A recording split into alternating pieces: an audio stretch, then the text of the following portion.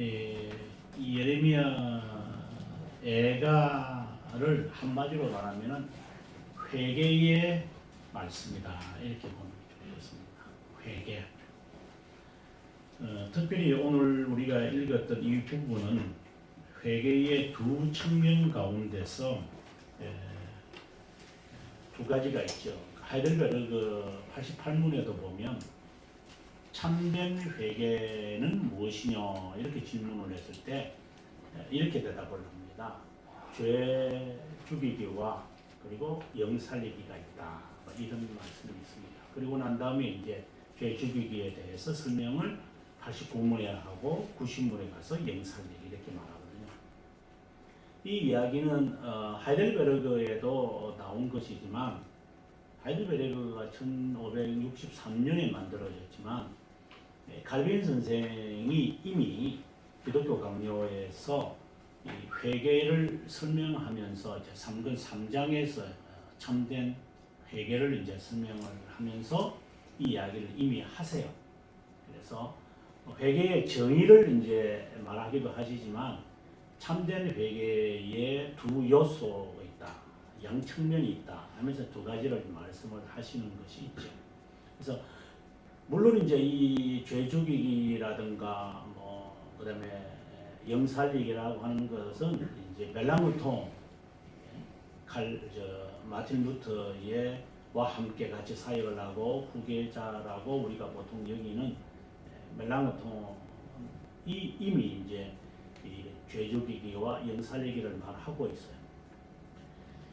그런데 그 이야기가 오늘 여기 3장을 장식하고 있다고 특별히 그렇게 봅니다. 그래서 1절부터의 이제 오늘 우리가 읽었던 그 본문 전에 20절까지는 죄 죽이기에 관한 이야기를 하고 있고, 그 다음에 오늘 우리가 읽었던 21절부터의 이야기에서 마지막까지의 내용은 영 살리기.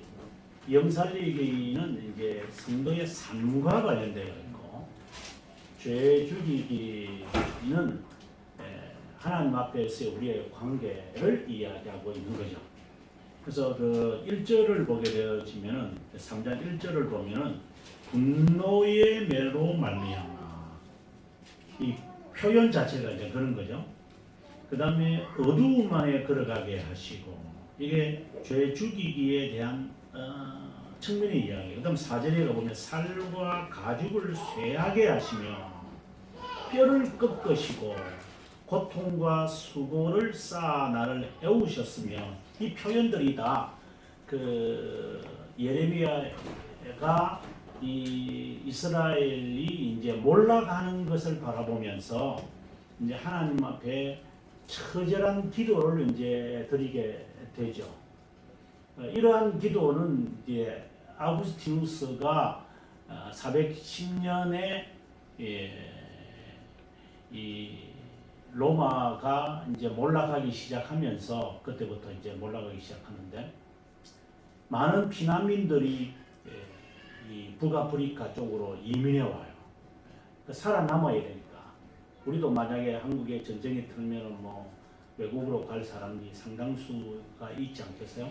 그것처럼 이들도 살아남아야 되니까 로마가 게르만 민족, 특별히 이제 스고토 쪽에 의해서 점령을 3일간만 당하긴 해요. 실제로 처음에는. 나중에 476년에 이제 완전히 몰락을 합니다만은, 그 위협을 느끼고 많은 사람들이 북아프리카 쪽으로 바다를 지중해를 건너서 막 도망을 오는데, 아구스티누스가 목회하는 히포까지도 사람들이 많이 와가지고 거기에 살게 되어졌어요. 이제 그럴 때에도 이 예레미야 아구스티누스가 로마의 몰락을 바라보면서 많은 사람들이 하는 말들이 있었거든요.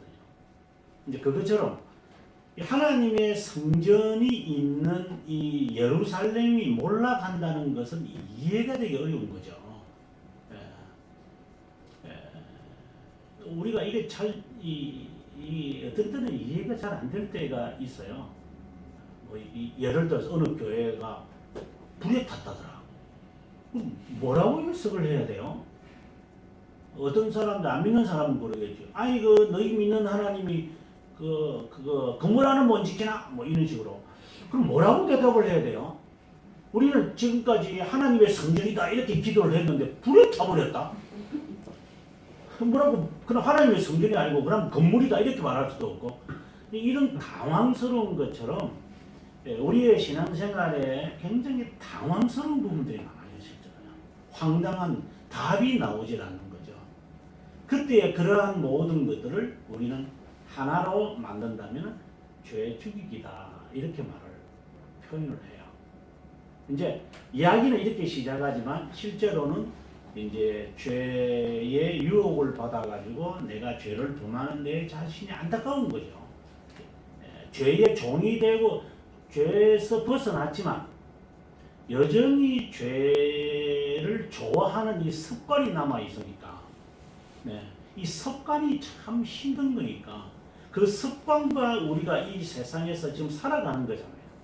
우리가 이제 이 살아가는 것이 우리가 이제 교리적으로 말을 하면 견인이라고 그래요. 근데 이 견인이 너무 힘든 거야 이게. 뭐 아까 말씀드린 것처럼 이 건물 하나가 뭐 이랬다 이런 것은 뭐 답을 하기가 뭐 아우구스티누스도 로마가 멸망한 이유에 대해서 그가 22권을 갖고 답은 하니까 이제 그걸 들으면 그걸 읽다 보면은 아 로마 제국이 우리 흔히 말하는 그 하나님의 나라는 아니구나. 그래서 우리가 흔히 지난주에 장모님이 기도할 때 그런 내용이 나왔던데 already not yet 이 이제 말이 이제 거기서 나오거든요. 하나님의 나라가 이미 임했지만 완성된 것은 아니다. 그것이 이제 신의 도성이라고 하는 그 아우구스티누스의 쓴 작품에 넣은 하나의 핵심적인 단어인데 이제 그렇게 대답을 할 수 있어요. 근데 문제는 아까 말씀드린 대로 개인의 문제에 들어가서 이 죄의 습관이 우리에게 다 남아 있으니까 이 습관과 싸우는 이 작업이 너무나도 힘든 작업. 이게 한편으로 보면 처절한 싸움을 우리 해야 돼요. 이제 그러한 그것을 여기서 이제 표현을 이제 앞에 예루살렘이 무너지는 것을 바라보면서 하는 표현인 거죠, 이게. 이게 보면 11절에 특별히 보시면 나의 길들을 치우치게 하며 내 몸을 찢으며 이게 죄와 싸우는 사람의 모습을 그리고 14절에 가보면 백성에게 조롱거리 종일토록 노랫거리가 되게 했다. 이런 표현들은 실제로 그 죄 죽이기의 단계를 밟고 있는 사람들이 사용하는 단어들이에요. 근데 제가 저희 교회에서 이제 오후에 이제 공부를 하면서 저는 의도적으로 다 기도시키거든요.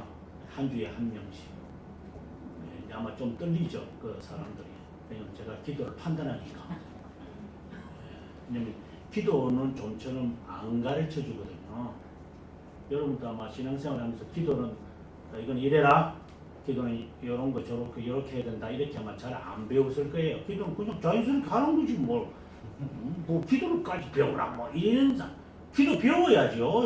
예수님도 기도를 가르쳐 주셨는데 왜 기도는 안 가르쳐 줘요? 그래서 기도를 잘못하면은 단어 표현부터 시작을 해서 하는 내용, 자세까지 하나 집으면서 고쳐주지 않으면 안 되죠. 이것도 교육 가운데서 하나인 것이죠. 그것처럼 이제 이 죄 죽이기에 관하여 관련되어 있는 그러한 내용들을 우리가 이렇게 기도하는 내용을 이렇게 사용하는 단어들을 이렇게 듣다 보면 보캐브러리가 굉장히 짧구나. 보캐브러리가 이렇게 짧다라고 하는 것은 무엇을 의미하는지 잘 알거든요. 그렇잖아요. 이렇게 사용하는 단어가 한 500개도 안 되는구나. 이렇게. 그러면은 벌써 저 사람은 좀 가방끈이 짧은 건지 신앙이 짧은 건지 둘 중에 하나겠죠. 그렇다 신학적인 여러 단어들을 뭐 미사유구를 쓰라는 말이 아니라 더덕더덕 갖다 붙이는 것이 아니라 그 내용 하나하나가 정말 짧은 내용이고 간단한 표현이지만 그것이 마음의 깊은 곳에서 흘러나온다는 것을 우리가 알 수가 있어요. 본인이 울면서 기도할 거고, 그 뭐 자기가 뭐 슬픔에 붙받쳐서 그러고 우는 게 아니라 기도 그 자체에서 본인 스스로가 하나님 앞에서 감동을 받는 것이 있어요.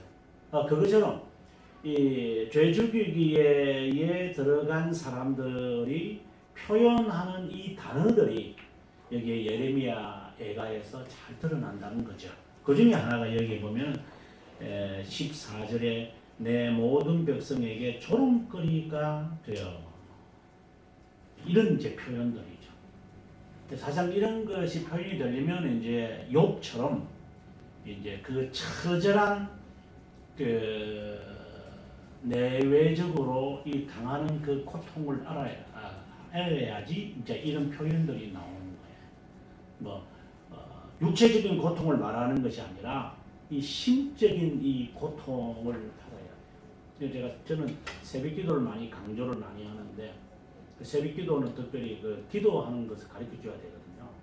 기도하는 것들을 제목도 줘야 되지만 기도 자체에 대해서 훈련을 시켜줘야 돼요. 새벽기도 와가지고 주여 하고 부르시더라고 하는 것이 아니라 새벽기도의 자체가 기도하는 이 새벽에 나와서 기도해야 될 이유가 뭐 있어요? 그러한 분명한 이유가 있어야 되거든요. 그러한 분명한 이유를 알려면 기도하는 것을 습관을 자꾸 바꾸고 가야 돼요. 제가 썼던 이제 오늘 그 책이 있는지 모르겠는데, 제가 그렇게 경건한 사람은 아니다 보니까 보통 우리가 청교도 신앙을 본받는다 이러면 많은 분들이 이제 묵상을 이제 하거든요.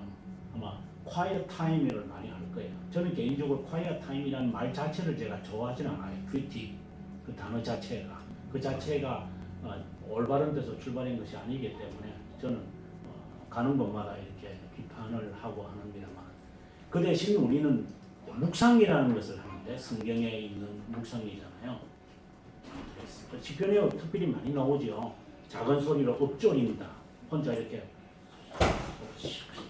우리가 보통 통성기도 하라고 한다면은 아마 여러분들이 보통 우리 교회도 여기도 그럴 것 같은데 통성기도 하면 제가 주여 삼창 그런 거 안 하잖아요. 우리는 그렇죠.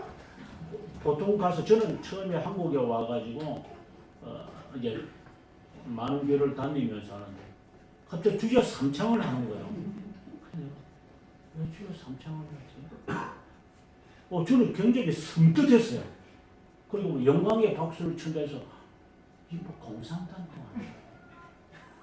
하나님이 그 소리 들은 것도 아닌데 왜 저렇게 하시지? 그렇게 안 하는 교회를 거의 못 봤어요.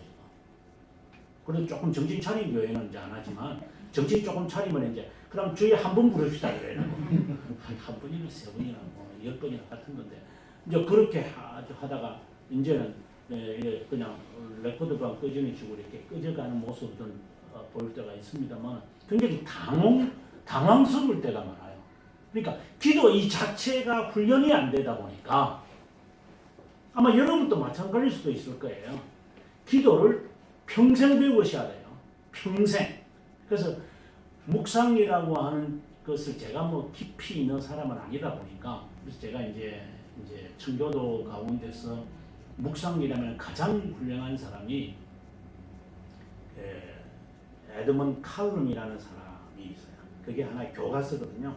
그래서 이제 그가 썼던 이제 책을 제가 번역을 하면서 그걸 갖고 이제 사람들한테 묵상 훈련을 시키는 거죠. 그래서 묵상이 되어야 기도를 할 수 있어요. 바로 기도로 들어가는 게 아니라 기도 훈련은 묵상이라는 것이 나왔을 때 그것이 이제 소리로 나오면, 형식으로 나올 때 기도라고 하는 것으로 대중 앞에 나오고 혼자가 기도할 수 있는 시간들을 갖는 거예요. 그러면 그전에는 뭘 해야 되느냐? 보통 평소에는 묵상을 해야 돼요. 그럼 묵상을 어떻게 할 건데요? 무엇을 할 건데요? 왜 해야 되는데요? 언제 해야 되는데요? 어디서 해야 되는데요? 이런 것들이 하나씩 이제 방법이 터득되어져야 실제로 성도의 삶이, 일반적인 우리의 삶이 조금 자유라고 하는 말보다는 조금 맛을 보는 거죠. 자유의 맛을 보는 거죠. 이게 습관이 안 돼 있으면, 묵상의 습관이 안 돼 있으면, 기도 생활 자체가 제가 볼 때는 안 맞아요. 이게 어울리지 않는다 이 말입니다. 그러니까 갑자기 준비 안 돼서 와가지고 공부하려고 하면은 잘 안 되잖아요. 좀 시간이 걸리잖아요. 그게 적응을 하려면. 그것처럼 신앙생활도 묵상이 되어졌을 때에 마치 워밍업처럼 되어졌을 때 기도에 들어가면 그 기도 속에서 우리가 기쁨을 얻을 수 있어요. 보통 사람들이 기도가 잘 안 되니까 찬송 부르거든요. 네, 찬송을 해서 이제 기도 준비한다는 거죠. 네, 찬송을 부르는 것도 괜찮아요. 네, 하지만 묵상이라는 것이 핵심이기 때문에 묵상이라고 하는 것이 전제가 됐을 때 바로 기도로 연결되는 것이 좋은 것처럼 우리가 기도 가운데 특별히 이제 회개라고 하는 게 들어가는데 그 중에서 죄 죽이기에 사용하는 그 단어들을 보면 그 사람이 성경을 얼마나 묵상하고 있는지가 거의 탄로가 나요. 제가 여러분들도 기도 한번 시키면 제가 좀 해볼 수도 있는데, 네. 그래서 오늘 예레미야 애가를 통하여 그 기도의 그 표현들이 어떤 것이냐를 우리가 알 수가 있으리라고 봅니다. 그러고 난 다음에 이제 오늘 우리가 읽었던 말씀처럼 여기 보면 이제 영살리기가 나옵니다. 죄 죽이기가 그치지 않으면 영살리기는 없다. 칼빈 선생도 그러고 멜랑거톤도 그렇고 그리고 하이델베르그 교리문답서도 마찬가지예요. 네. 죽음이 없는데 부활은 있을 수 없죠. 그래서 죽음이 있어야 그 다음에 영살리기라는 것이 있는 것이니까 영이 사는 것이 우선순위고 죄 죽이기는 그냥 우리가 흔히 하는 말대로 그냥 설렁탕을 만들어 버리면 안 된다는 거죠. 먼저 이 죄 죽이기에 처절함이 있을 때, 그 다음에 영살리기의 삶으로 시작되어진다. 그러면 우리가 죄 죽이기를 전제를 하고 오늘 본문을 보면 23절에 이것들이 아침마다 새로우니 주의 성실하심이 크시도소이다. 우리가 잘 사용하는 거예요. 보통 이제 복음성가에도 사용돼 아침마다 늘 새롭고 늘 새로우니 이제 이것을 느끼려면 이제 앞서 이게 전제가 되었을 때 가능한 거예요.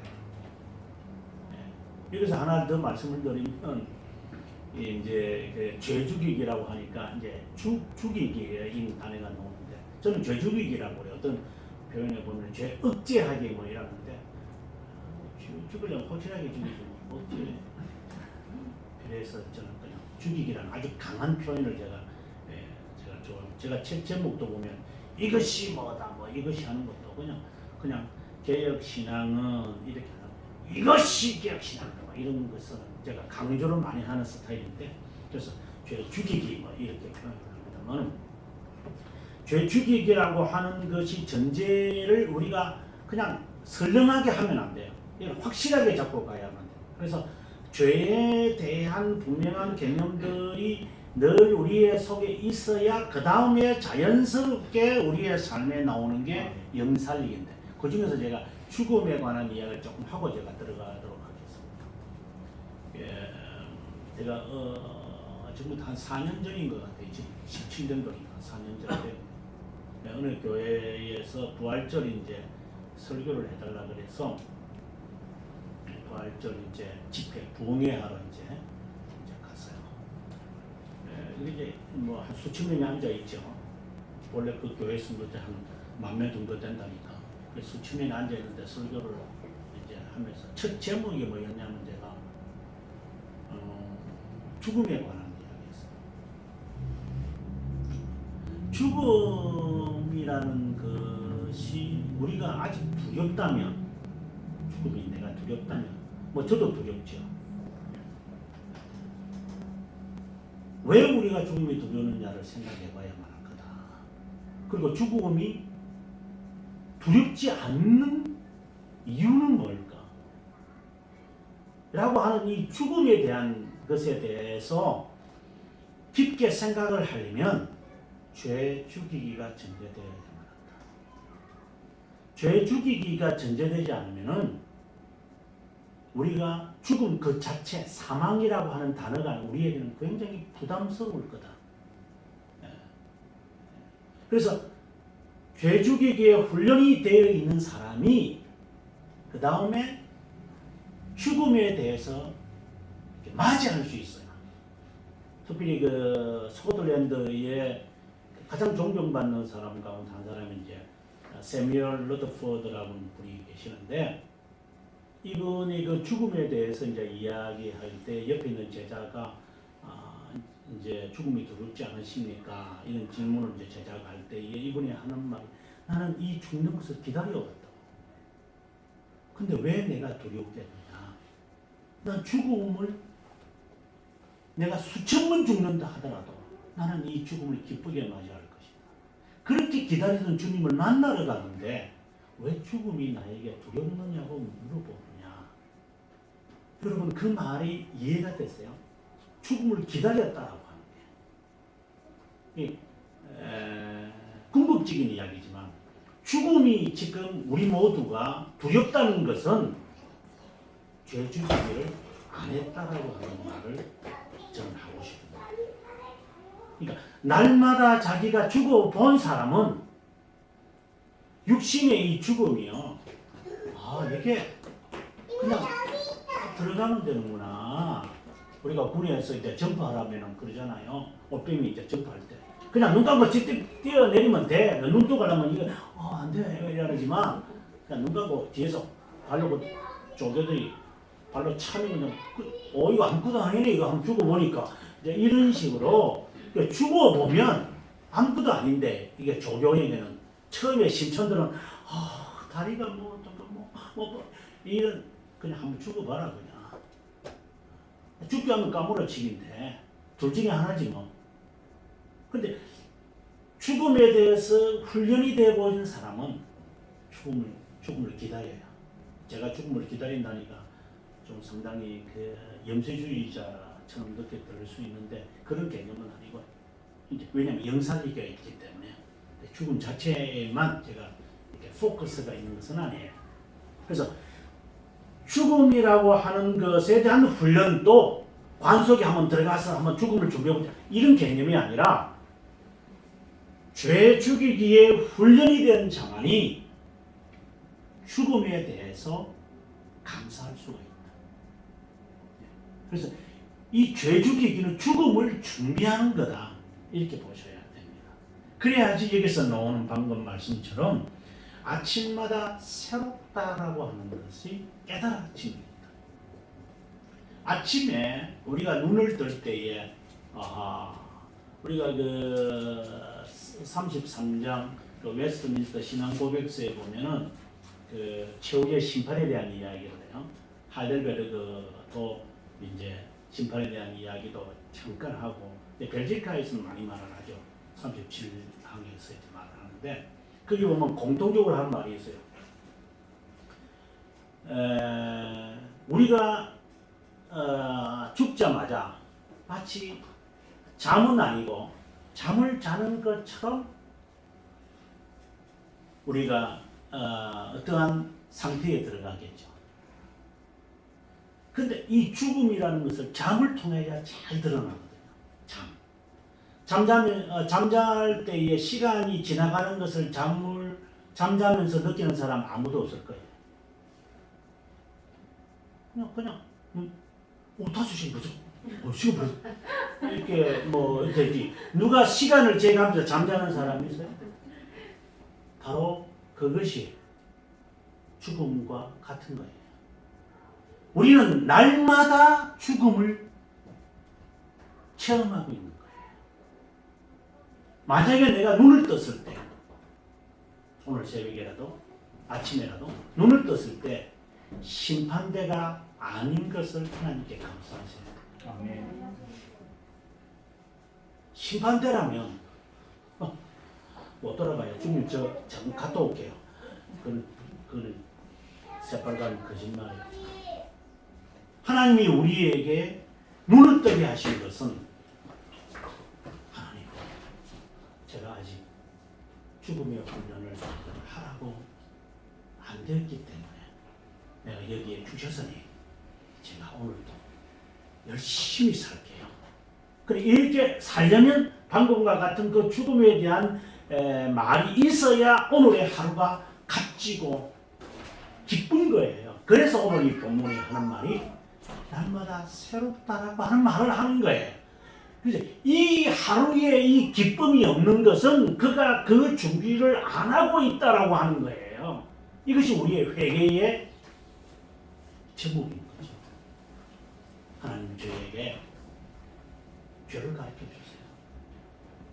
주세요. 결국 설교는 죄 정치에 숨겨져 있는 죄를 발견하는 시간이잖아요. 그래서 죄에 대한 설교가 설교의 줄을 이루는 거죠. 도덕적 설교가 아니고. 그래서 그래야 하루가 새로워지니까. 오늘 이게 말씀처럼 아침마다 새롭고 또 새로우니 주의 성실하심이 크었습니다. 그러니까 특별히 여기 22절에서 이제 앞에 있는 여호와의 인자와 긍휼이 무궁하다 이런 표현이 이는 신학적인 이야기인데 매우 중요합니다. 여러분 나중에 성경을 읽으시면서 인자와 긍휼이란다 이게 칠판이 사용하면 되죠. 인자와 긍휼 이렇게 되어 있는데 원어 성경을 보게 되어지면 인자라고 하는 것은 이제 love라는 단어로 우리가 영어로 표현할 수 있고 긍휼이라고 하는 단어는 faithful로 이렇게 번역할 수 있어요. 네. 이 두 단어가 항상 짝을 이어서 나와요. 어떤 때는 긍휼 대신해서 이런 단어가 되니까 진실하심이라는 말로 진실하심이라는 인자와 진실하심이 이 단어가 나와요. 이 단어가 나오면 이것을 무엇으로 플러스를 해서 무엇으로 생각하셔야 되느냐면 믿음의 확신, 어슈런스를 말하는 것이 아니라 confidence를 말해요. confidence. 어슈런스와 confidence는 다르죠.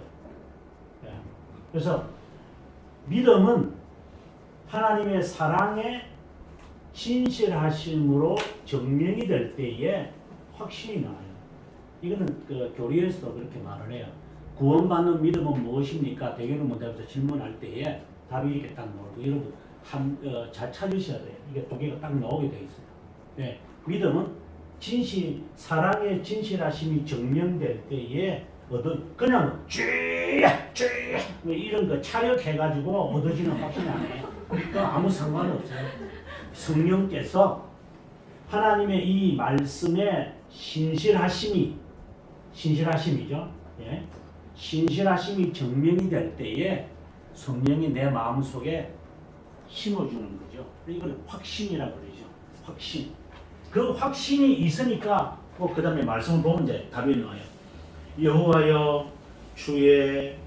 여호와의 인자와 긍휼하심이 무궁 영원하시니 우리가 진멸되지 아니함이로이다. 이것들이 앞에 있는 말씀이죠. 아침마다 나를 새롭게 만드니 주의 성실하심이 크더소이다. 이게 이제 그 다음에 이것이 확신이 되어지면 그 다음에는 뭐로 바뀌어지냐면 이 확신이 이제 있어야 그 다음에 담대함이 나와요. courageous가 나와요. 힘의 동력이 생겨요. 힘의 동력. 신자로서의 이 동력이 막 생겨나요. 그래서 성령이 함께 하시는 거죠. 그래서 이 인자와 진실하심, 성실하심, 때는 성실이라고 단어도 씁니다만은 성실, 이거는 사람이라는 단어. 이렇게 되어졌을 때의 삶의 자신감. 그래서 기도가 중요한 게 기도 속에서 보통 우리 확신을 얻는다 그러는데 바로 이거예요. 그래서 기도 속에서 내 자신의 처절함을 깨닫는 순간 그분의 이 사랑이 내 삶에 얼마나 신실하심으로 드러나자 내 마음에 주여 아멘 제가 있습니다. 제 믿음 없는 거 꾸짖어 주세요. 이게 자연스럽게 나오는 거예요. 자연스럽게 나오면 그 다음에 주님 오늘도 제가 7번 넘어졌지만 다시 한 번 더 일어납니다. 주님. 이제 이게 자연스러운 이게 신앙생활이에요. 이걸 위해서 우리가 기도에 들어가는 거예요. 이걸 위해서 죄주기를 하는 거예요. 그래야 자연스럽게 이게 크레이저스가 나오는 거, 담대함이 나오는 영상이 되어 나오는 거예요. 이게. 그래서 기쁘죠. 내가 매일 기쁘게 술래기를 해. 막 이 좀 기도 생활 좀 하다 보면 기도하고 난 다음에 기분이 좋아가지고 가면서 그냥 뭐 이런 거는 어떤 때는 막 빛의 사자들이야 나라고 뭐 계단 하나 내려가 그냥 내려가면 됐다 툭툭툭 내려가고 여기서 엘리베이터 안 타 그냥 내려갈 거야 막 이러고 이제 기분이 막 워킹 on the cloud처럼 구름 위에 들어가는 것처럼 가벼워요.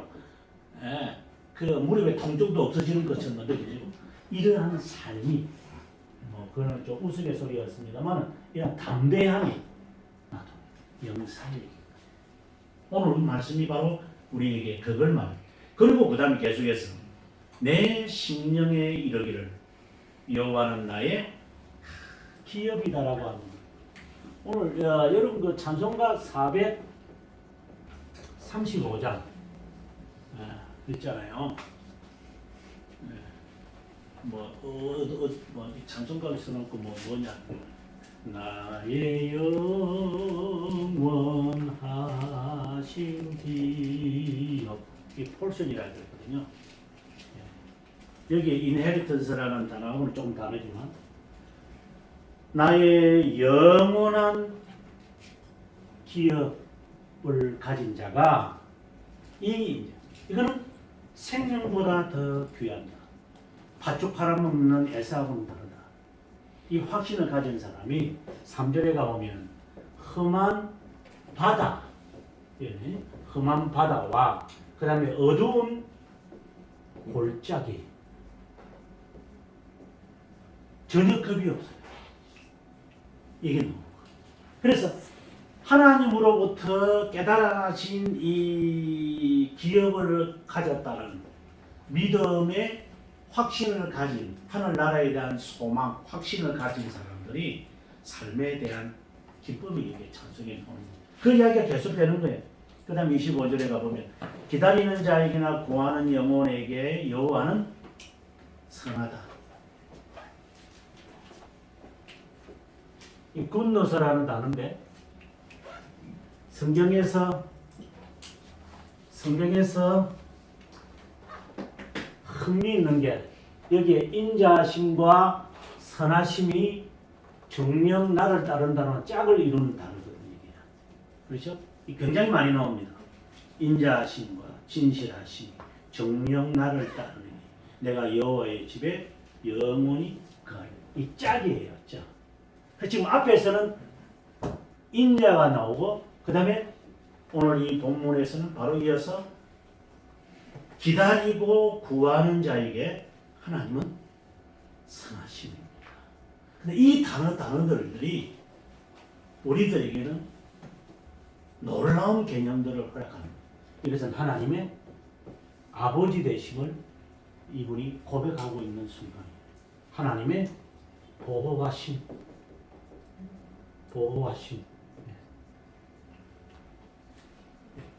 아까 이거는 연결이 되세요? 하나님의 사랑이 사실이라고 하는 것이 내 마음에 확신이 드니까 당신이 나를 보호하실 것을 믿습니다. 당신은 선하심. 주의 선하심을 내가 이제 맛보아 알겠습니다. 이런 단어들이 자연스럽게 나옵니다. 너무 깊게는 제가 들어가지 않겠습니다만 26절에 보면 사람이 여호와의 구원을 바라고 잠잠히 기다림이 좋도다. 이것은 믿음을 다 말하는 거죠. 믿음의 특성은 무엇입니까? 히브리서 11장에 보면 믿음은 바란다는 특성을 갖고 있습니다. 이것이 앞부분의 이야기잖아요. 믿음은 항상 바라는데 하나님, 제가 믿음을 갖고 있습니다. 이게 영산일기에서 나오는 이야기들이에요. 내가 당신에게 소망이 있습니다. 항상 바라는데 하나님 절대 좌절하지 않겠습니다. 오늘 또 제가 힘차게 이렇습니다. 하나님이 아버지 되시는데, 하나님이 보호하시는데 내가 안 일어서야 할 이유가 무엇일까요? 자, 이런 이제 영산일기죠. 이런 것들이 다 이제 지금 영산일기에 관한 내용들이에요. 이러한 고백들이 자연스럽게 확신으로 여기 있는 컨피던스로 나오게 될 수밖에 없는 게, 잊어버리지 말아야 하는 것은 앞에서 죄에 대한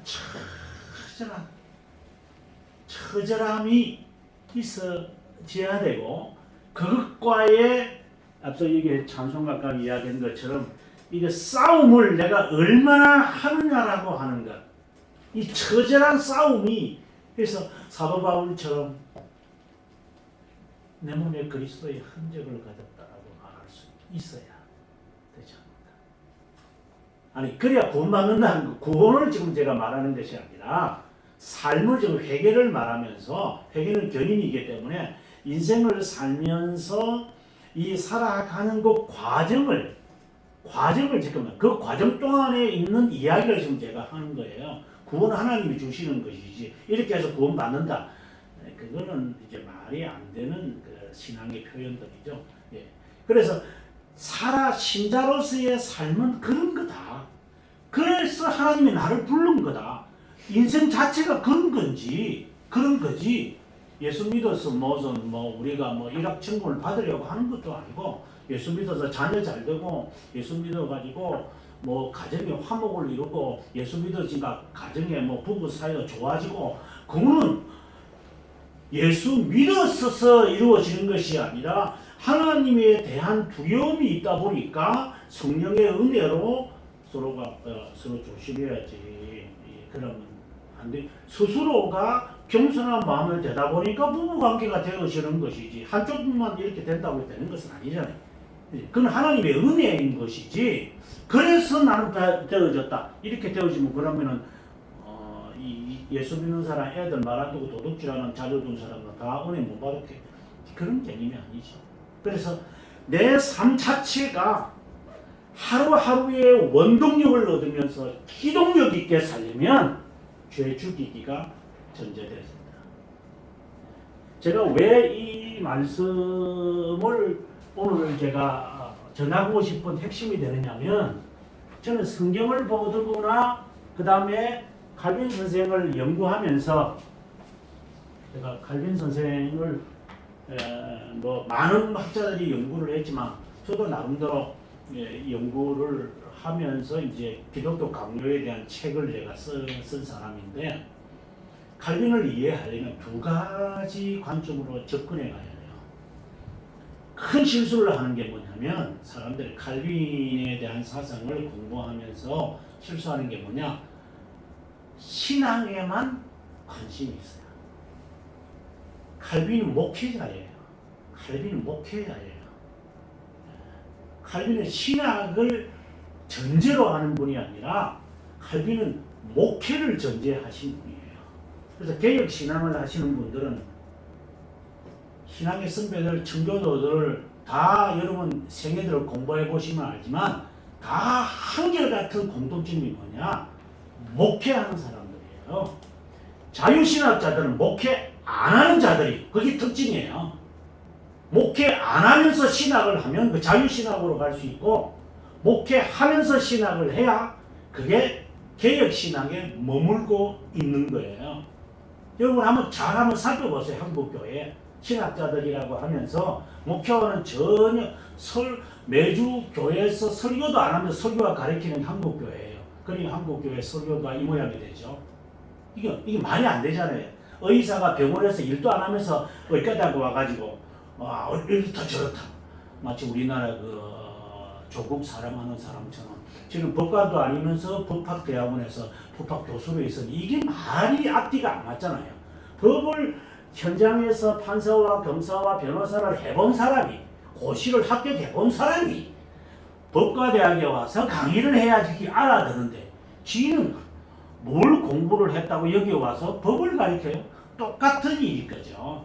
그래서 칼빈 선생을 이해하려면 첫그림이 뭐냐? 신학의 접근과 함께 하나 잊지 말아야 하는 게 있는데 그게 바로 신학과 함께 잊지 말아야 되는 게 바로 목회인 거예요. 그 목회를 다른 말로 한다면 주석이에요. 칼빈을 연구하는데 많은 학자들이 실수하는 게 칼빈의 주석책이에요. 실제로 주석이라고 보면 재미도 없어요. 실제로. 네. 우리 요즘 시대하고 어울리지도 않아요. 하지만 칼빈을 제대로 이해하려면 주석과 함께 그의 기독교 강요를 공부해야 돼요. 이게 짝이 딱 들어맞아요. 짝이 딱 들어맞아요. 그래서 기독교 강요를 공부하는 것만큼 거기에 성경 구절들이 엄청나게 많아요. 저는 깜짝깜짝 제가 놀랍니다. 그래서 성경 구절들의 그 의미들을 인용한 그 부분들을 그대로 주석을 펴놓고 펴보시면 여기에 없는 말씀이 여기에 있고 여기에 없는 말씀이 여기에 있는 짝을 이루면서 간다. 이게 한국 교회에서 칼빈주의를 공부하는 사람들의 헛다리 잡는 이야기죠. 두 개를 다 공부하셔요. 근데 이거는 거의 공부 안 하죠. 이거 중요하죠. 근데 이것도 뭐 잘 알지도 못하면서 어쨌든 이거 공부한다고 사람들이 말하지만 기독교 강요를 제가 공부하면서 저에게 강하게 인상을 주는 게 오늘 설교 제목처럼 물론 이제 오늘 설교는 회개에 대한 두 측면이었지만 칼빈이 처음부터 하는 거 여러분 아실 거예요. 두 지식이에요. 그죠? 두 지식이에요. 저는 실제로 이 책을 접할 때는 하나님에 대한 지식, 인간에 대한 지식, 정말 참 기발한 아이디어다. 맞네. 이네. 하나님의 관점, 인간의 관점. 맞다. 저는 이렇게 실제로 생각을 했어요. 아마 그렇게 생각하는 사람도 꽤 있을 거예요. 저만 그렇게 생각한 게 아닐 거예요.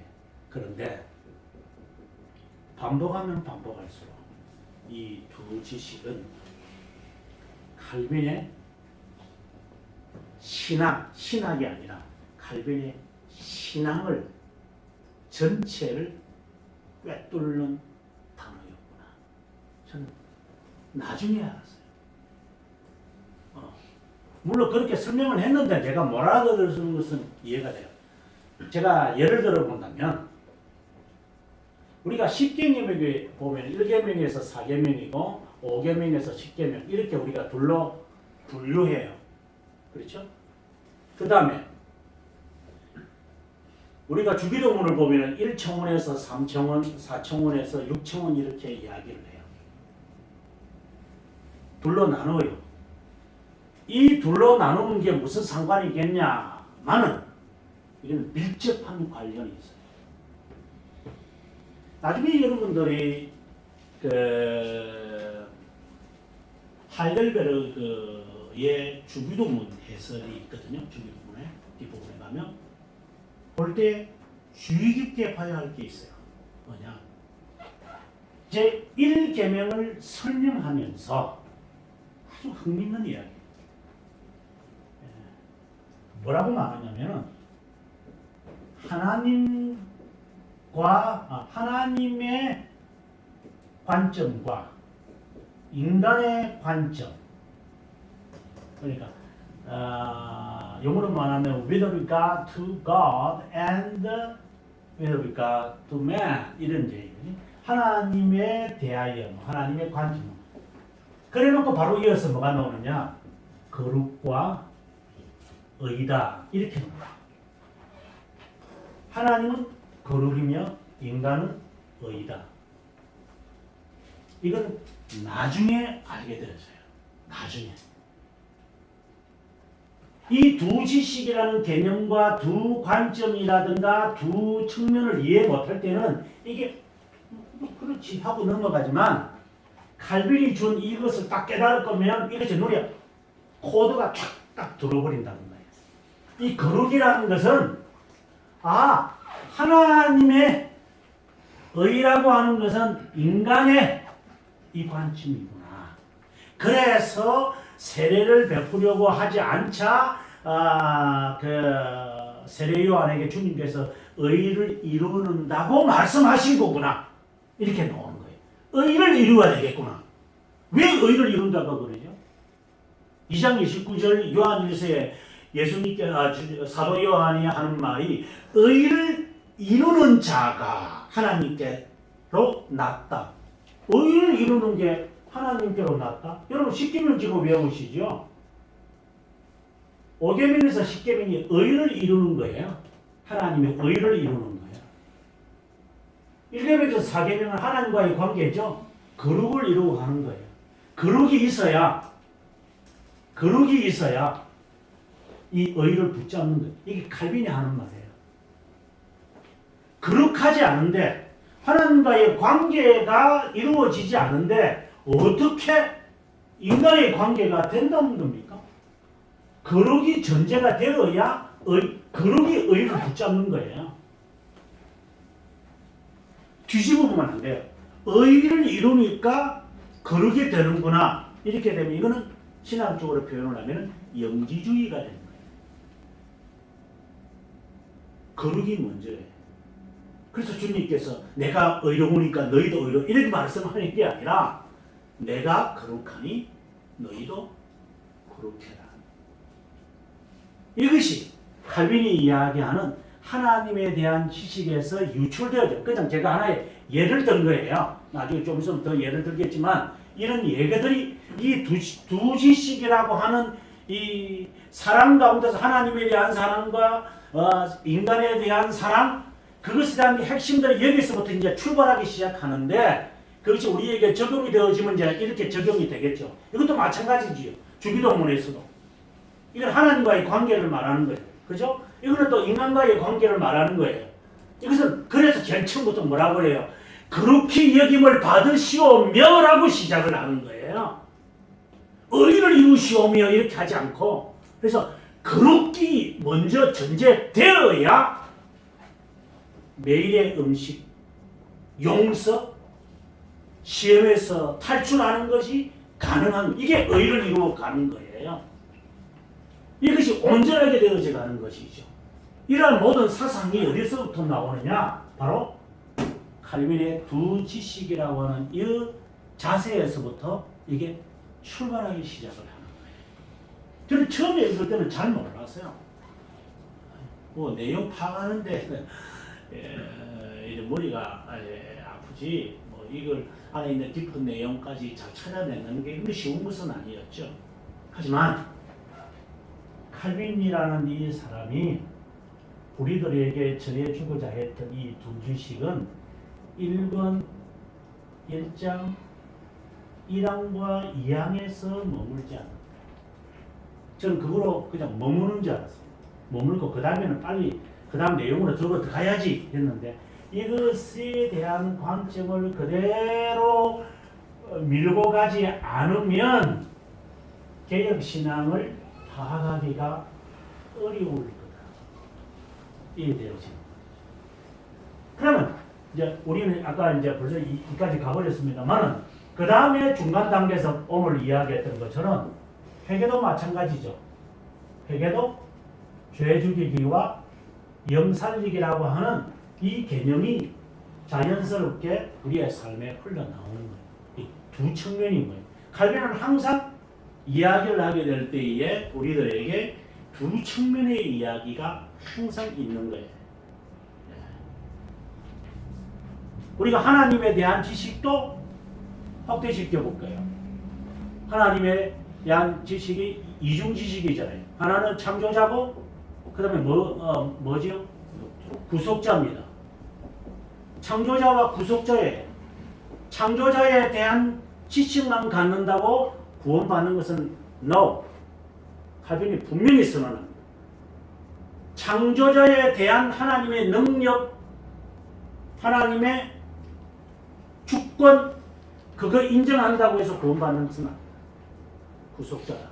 만약에 이 구속자라고 하는 이 개념이 발전되어져서 하나님은 나를 위한 보복자 또는 심판자, 이 개념이 확대되지 않으면 구속자라고 하는 이 개념 자체를 파악하지 못한 거예요. 왜 그러느냐? 하나님이 나의 보복자며 나의 심판자라는 것이 전제가 되어져야 내가 나에게 원수와 같은 사람에게 내가 보복 안 하는 거예요. 나는 저 사람 때문에 나는 내 인생이 망했다. 근데 제가 가만히 안 둬요. 내가 내 눈에 눈물을 나게 했으니까 나는 저 친구한테 피눈물 나게 할 거야. 이게 우리 인간의 본능이에요. 그래서 오늘 밤 딱 달려야 되면은 왜 때리는데? 이래 나오지. 언제 이게 몇 방 돌려야 되라고 나와요. 우리 불가능합니다. 그래서 칼치기가 나오는 거잖아요. 그냥 나오는 게 아니죠. 근데 이것이 가능한 게 뭐냐? 용서가 가능한 게 뭐냐? 그분이 내가 피라. 나 하지 마라. 내가 하마. 이게 구속자의 개념이잖아요. 네가 왜 하냐? 변호사인 내가 해야지. 당신은 가만히 있어요. 법정에 가시면. 그럼 내가 필요 없잖아. 네가 보복 다 하고 네가 판단 다 하고 네가 행동 다 해버리면 그럼 주님은 할 게 없어요. 네가 다 해버리는데. 그러니 그는 구속자에 대한 신앙이 아닌 거예요. 그 사람. 주 예수 그리스도를 믿는 신앙이 아닌 거라 이 말입니다. 그래서 단순히 하나님은 위대하시고 거대하시고 위험에 차시고 그러나 사탄도 알고 있죠. 그 정도의 위험은 구속자에 대한 개념이 확대되어져서 나의 죄 회개, 나의 죄 속죄와 함께 우리의 삶과 연결되어지려면 이 개념이 있어야 하나님 알겠습니다. 다윗이 시므이를 보복 안 하는 이유도 그 때문인 거예요. 그가 힘을 뱉으면서 돌을 던지면서 저주를 퍼붓는데도 시므이가 그렇게 하는데도 다윗이 아무렇지도 않게 가는 이유가 뭐냐? 그의 마음에 이것이 있기 때문인 거죠. 그래서 칼빈이 이야기하고자 하는 칼빈이라기보다는 저는 성경이 우리들에게 주는 진리가 이런 창조자와 구속자라고 하는 이 두 측면을 갖고 있어야만 합니다.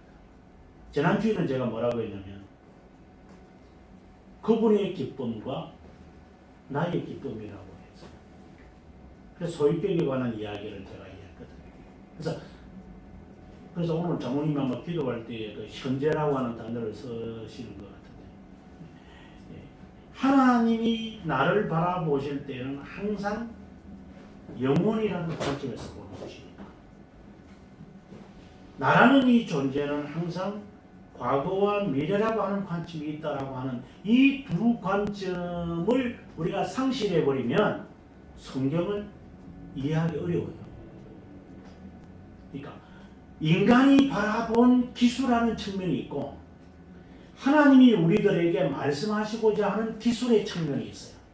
그래서 기술이라는 글을 쓰는 것을 말하는데 글을 쓰는 측면이 있는데 그것을 상실하고 다 인간의 입장으로만 다 해석해버리니까 예정하고 자유의지가 헷갈리는 거예요. 이해가 안 되죠. 예정은 하나님의 관점이고 자유의지는 인간의 관점이거든요. 이 둘을 다 인정을 하지 않고 한쪽의 측면에서만 바라보면 이해가 안 돼요. 그래서 이 두 측면, 두 관점, 두 지식이 사실상 기독교 강요에서 나오는 것이라고 말하지만 실제로는 우리 삶의 전반부를 다 지배한다고 보시면 좋습니다. 그러면 이것이 더 중요한 것은 그리스도의 두 본성까지 흘러가는 겁니다.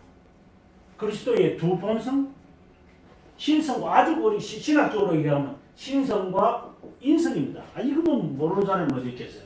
그리스도의 신성과 인성, 참 하나님이시며 참 인간이신 분을 우리가 믿는 거. 근데 여기에서 머물면 그분은 삶으로 연결되질 않아요. 이건 지식이에요. 지식. 에베소서 사도 바울이 이야기한 것처럼 믿는 것과 아는 것이 하나가 되어가야 할 것이다. 내가 믿고 있는 하나님, 내가 알고 있는 것, 우리의 관점이죠. 믿음의 대상은 하나님입니다. 이것이 유나이트가 되어 하나가 되어 어디까지? 그리스도에게까지. 그럼 그리스도가 두 본성이신데 두 본성이라고 하는 이 신인성이 나오면 자연스럽게 우리가 나오는 게 낮아지심과 높아지심. 이건 뭐 교리에서 그냥 이거 메뉴입니다. 이거. 낮아지심, 높아지심, 신성과 인성과의 이 관계. 그리고 이것은 겸손을 의미하고 이것은 영광을 의미하고 이게 우리가 쭉 이제 이렇게 둘로 이야기하는데 바로 이러한 삶처럼 우리의 방금 이야기했던 죄 죽이기와 영살기가 우리의 삶에 나타난다. 항상 우리의 마음속에 그리스도를 본받는다는 그 자체가. 그리고 우리가 삼정직을 이야기하잖아요. 그리스도의 삼정직이 있어요. 우리를 위해서 선지자, 그 다음에 제사장, 그 다음에 왕. 맞죠? 그 삼중직이 그리스도의 낮아지심의 관점과 높아지심의 두 관점을 가지고 그리스도의 선지자를 봐야 되고 이 두 관점을 가지고 그리스도의 왕되심을 봐야 되고 낮아지심과 높아지심의 두 관점을 가지고 제사장을 보셔야 돼요. 두 관점으로 가야 돼요. 그렇지 않고 그냥 다 모래알처럼 계산해버리면 우리의 삶의 변화가 없어요. 근데 한 단계 더 나아가야죠. 우리가 그리스도를 본받아야 된다면 우리도 제사장이고 우리도 선지자고 우리도 왕이에요. 우리 왕 같은 제사장이니까. 그러면 우리도 낮아지심과 높아지심을 삶 속에서 나타내야 돼요. 그리고 그리스도의 삼중직을 우리의 삶에서 일상 삶에서 표현이 되어져야 돼요. 단순히 그냥 교리라고 하는 신학이라고 하는 것에 머물러 버린다고 한다면 두 지식이라는 개념은 정말 사변적인 것이 되고 말 거예요. 그리스도를 본받는다라고 하는 것은 그리스도처럼 행한다라고 하는 것은 그리스도가 행하신 것처럼 우리도 행하는 것이에요. 이게 요한일서에서 사도 요한이 정말 부탁하는 거예요. 그리스도가 행하신 것처럼 너희도 행해라. 내가 너희를 사랑한 것처럼 너희도 사랑해라. 내가 선생된 자로서 너희를 내가 이렇게 종도로 하지 않았느냐. 너희도 그렇게 해라. 다른 사람을 바라보고 왜 당신은 주님이 그렇게 망한다. 당신은 안 그런 그렇게 하지 말고 너는 그렇게 하면 된다고. 너는 다른 사람 간섭하지 말고. 그래서 이 두 가지의 이 관점은 단순한 교리에 머물고 있는 게 아니라 내 삶의 구석적인 것에까지 다 포함되어 가지고 내 삶을 지배하고 있는 거죠. 그냥 단순히 퀴즈하는 식으로에 머물러서는 안 되는 거죠. 이걸로 끝날까요? 아니죠. 하나님에 대한 지식을 이렇게 우리가 펼쳐서 우리의 삶에 연결을 시킬 수 있다면 인간에 대한 것은 어떤 거예요?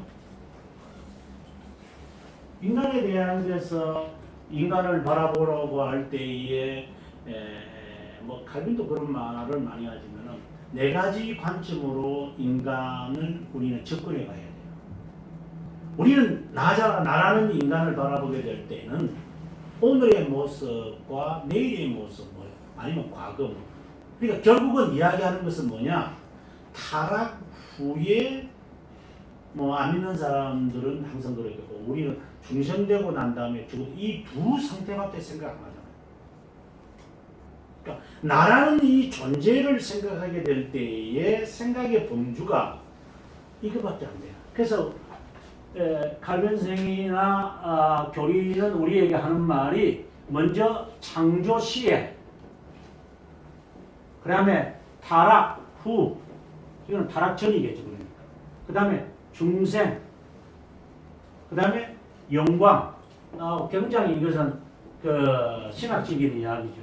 예. 근데 이 하나하나가 무엇을 의미하고 있을까요? 우리가 지금 살아가는 것은 이 시대는 우리는 몰라요. 아담의 상황이니까. 우리가 알고 있는 것은 이 시대, 이 두 시대예요. 이것은 우리가 죽고 난 다음에 갈 거니 이것도 정확하게 우리가 지금 인지하기 어렵고요. 결국은 이 둘이 우리에게 남아있는 것. 우리는 이 전과 후를 우리는 알고 있어요. 타락 전과 타락 후. 이거는 내 경험 속에서 갖고 있는 거예요. 이 두 가지 관점인 거예요. 그럼 타락 후, 그러니까 우리가 중생 전이라 하도 되고 중생 된 후니까 이거는 타락 후고, 예. 이 관점을 우리가 두 관점으로 우리가 보게 되어지면 또 내용이 새롭게 접근해 갈 수 있어요. 그런데 이 관점을 이해하려면 결국은 이 창조시에서 하나님이 어떻게 나를 보셨느냐라고 하는, 창조시에서 하나님이 나를 이 처음에 창조했을 때 인간을 어떻게 보셨느냐라고 하는 이 관점을 가지고 계속 가지 않으면 이거는 이해가 안 돼요. 인간은 인간 스스로가 절대로 파악이 안 돼요. 제가 그런데 교회사를 마무리하면서 지난주에도 그걸 잠깐 말했지만 13에서 말씀드린 것 같아요.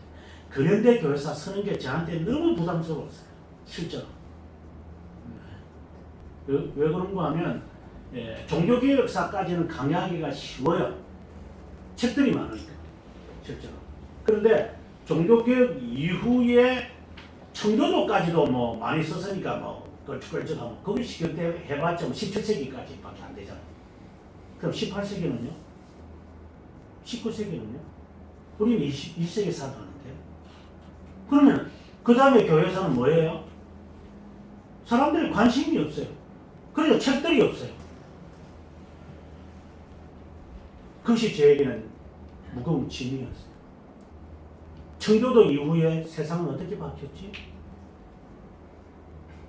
청교도가 갑자기 300년 굴 뛰어넘어가 지금에 왔나? 아니잖아요. 분명 300년이라는 기나긴 세월 동안 교회는 꿈틀꿈틀거리면서 그 어려운 시기를 겪어서 결국은 오늘의 나의 모습의 한국교회를 만들어냈는데, 그러면 어떻게 발전했죠? 그것이 저에게 역사를 기술하는 저에게는 매우 힘든 작업이었어요. 그래서 그걸 저는 16년이 걸렸어요. 그 끙끙하는 시간이. 책을 읽어도 맥이 안 잡혀요. 우리 아마 여기 강강도산도 그렇겠죠. 그러니까 얼마나 강하겠어요. 강 떴어요. 저는 나시인데 제가 강도사 됐다. 나강도 뭐 이라고 있었어. 그랬는데 저는 강도지만 여기는 강하니까 두 강도 있는데, 강도사님도 역사신앙을 하시는 분이니까 잘 아실 거예요. 역사신앙학자는 똑같은 관점을 보고도 이렇게 맥을 잡는 훈련이 되어 있어요. 쫙 잡아야 돼요. 이게 안 잡히면 그 다음에는 말이 잘 안 돼요. 똑같은 이야기를 하더라도 역사를 하시는 사람들의 특징이 맥을 딱 잡아버려요. 처음과 나중 딱 이렇게 같은 일맥을 쫙 만들어버려요. 근데 역사 서술이 그렇게 안 되는 거예요. 잘 안 돼요. 그러니까 제가 얼마나 답답하겠어요. 그런데 지금 이 이야기를 하기 위해서 제가 지금 3층으로 조금 갔습니다만, 18세기 이후부터 20세기 300년 동안, 이 기나긴 세월 동안 교회는 알았어요. 병에 걸렸어요. 병에. 그 질병이 있어요. 과거에. 그 질병 가운데 가장 큰 질병이 뭐냐?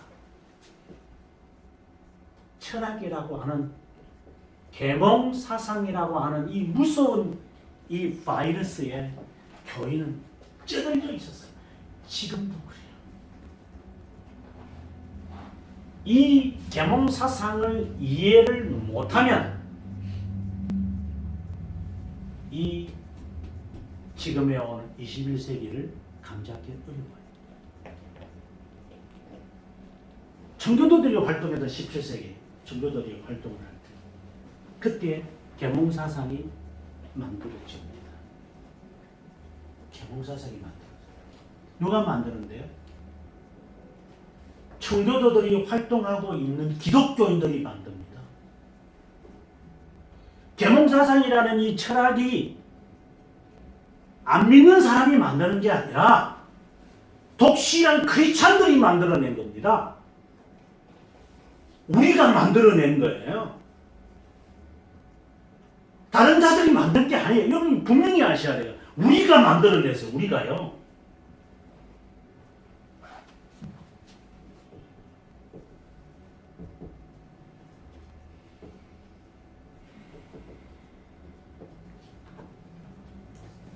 아르미니우스주의. 왜 우리가 개혁신앙을 하는 사람들이 아르미니우스주의 이거 한데 이거 뭐 돌돌이 했던 신중박 배운 아르미니우스주의가 계몽사상을 만드는 1번 주자입니다. 계몽사상의 출발점입니다. 두 번째 주자가 뭐냐? 소진이주의입니다. 두 번째 주자입니다. 이게 보통 우리는 소신이안 주의다 이렇게 말을 해요. 영어로 소신이안주의. 이 두 사상과 함께 세 번째 주자가 뛰어드는데 그게 에라스투스주의예요. 에라스티안이죠. 뭐 여러분 생소할 수도 있어요. 뭐 2번, 3번이 1번은 많이 들어보셨을 거예요. 이 세 개가 종합품으로 만들어지면 계몽사상이 되어집니다. 우리가 만들었어요. 이게 다 우리에게서 나온 것들이에요. 아르미니우스주의 개혁신앙에서 나왔어요. 소시니우스주의 칼빈 선생이 활동할 때에 이들이 활동했어요. 에라스티안주의 웨스트민스터 총회할 때에 에라스투스가 청교도들 사이에 있었어요. 이게 다 우리 거예요. 우리 거. 우리가 만들어낸 철학이에요.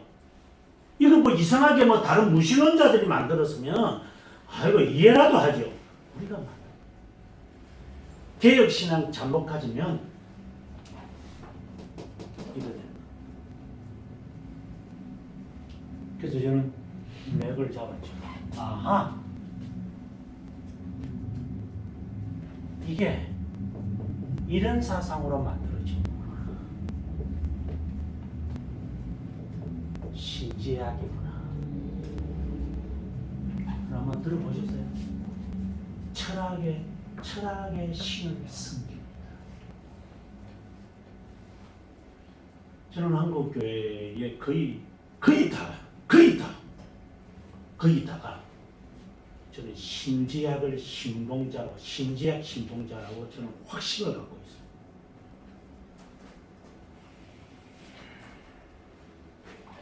철학을 신으로 섬기는 사람들. 저는 이것을 제 책에서 신념과 신앙이라고 하는 것을 처음으로 제가 밝히기 시작해요. 철학적 신앙을 가진 자가 교회에 수두룩할 거다. 여러분들도 점검해 보실 수도 있을 거예요. 물론 개혁교회를 다녀서 거의 아니지만 혹 모르죠.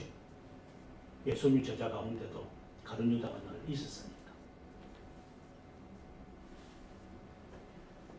신념이 신앙인 줄 알고 살아가는 사람들이 교회에 자기가 신념인지 신앙인지도 이것도 모르고 살아가는 사람들 대부분이 왜? 신지학이기 때문에. 이거 우리가 만들어내는 철학이거든. 결국은 이게 계몽사상은 무신론으로 빠지고 말이죠. 이 철학이 우리들에게 주는 게 뭘까요? 인간에 대한 이야기. 자, 아르미니우스주의가 우리들에게 하는 게 뭐예요? 출발이 어디서 하라는 거예요? 인간의 관점에서 하나님을 보자는 거 아니에요? 그래서 의지를 강조하는 거죠. 그래서 예정까지도 부인해야 돼요. 이거 예정이고 이해가 안 돼요. 그러니까 예정 자체에 관심을 갖고 인간의 의지가 있잖아. 왜 하나님 가만히 있어? 죄 짓는데 한마디라도 하시지.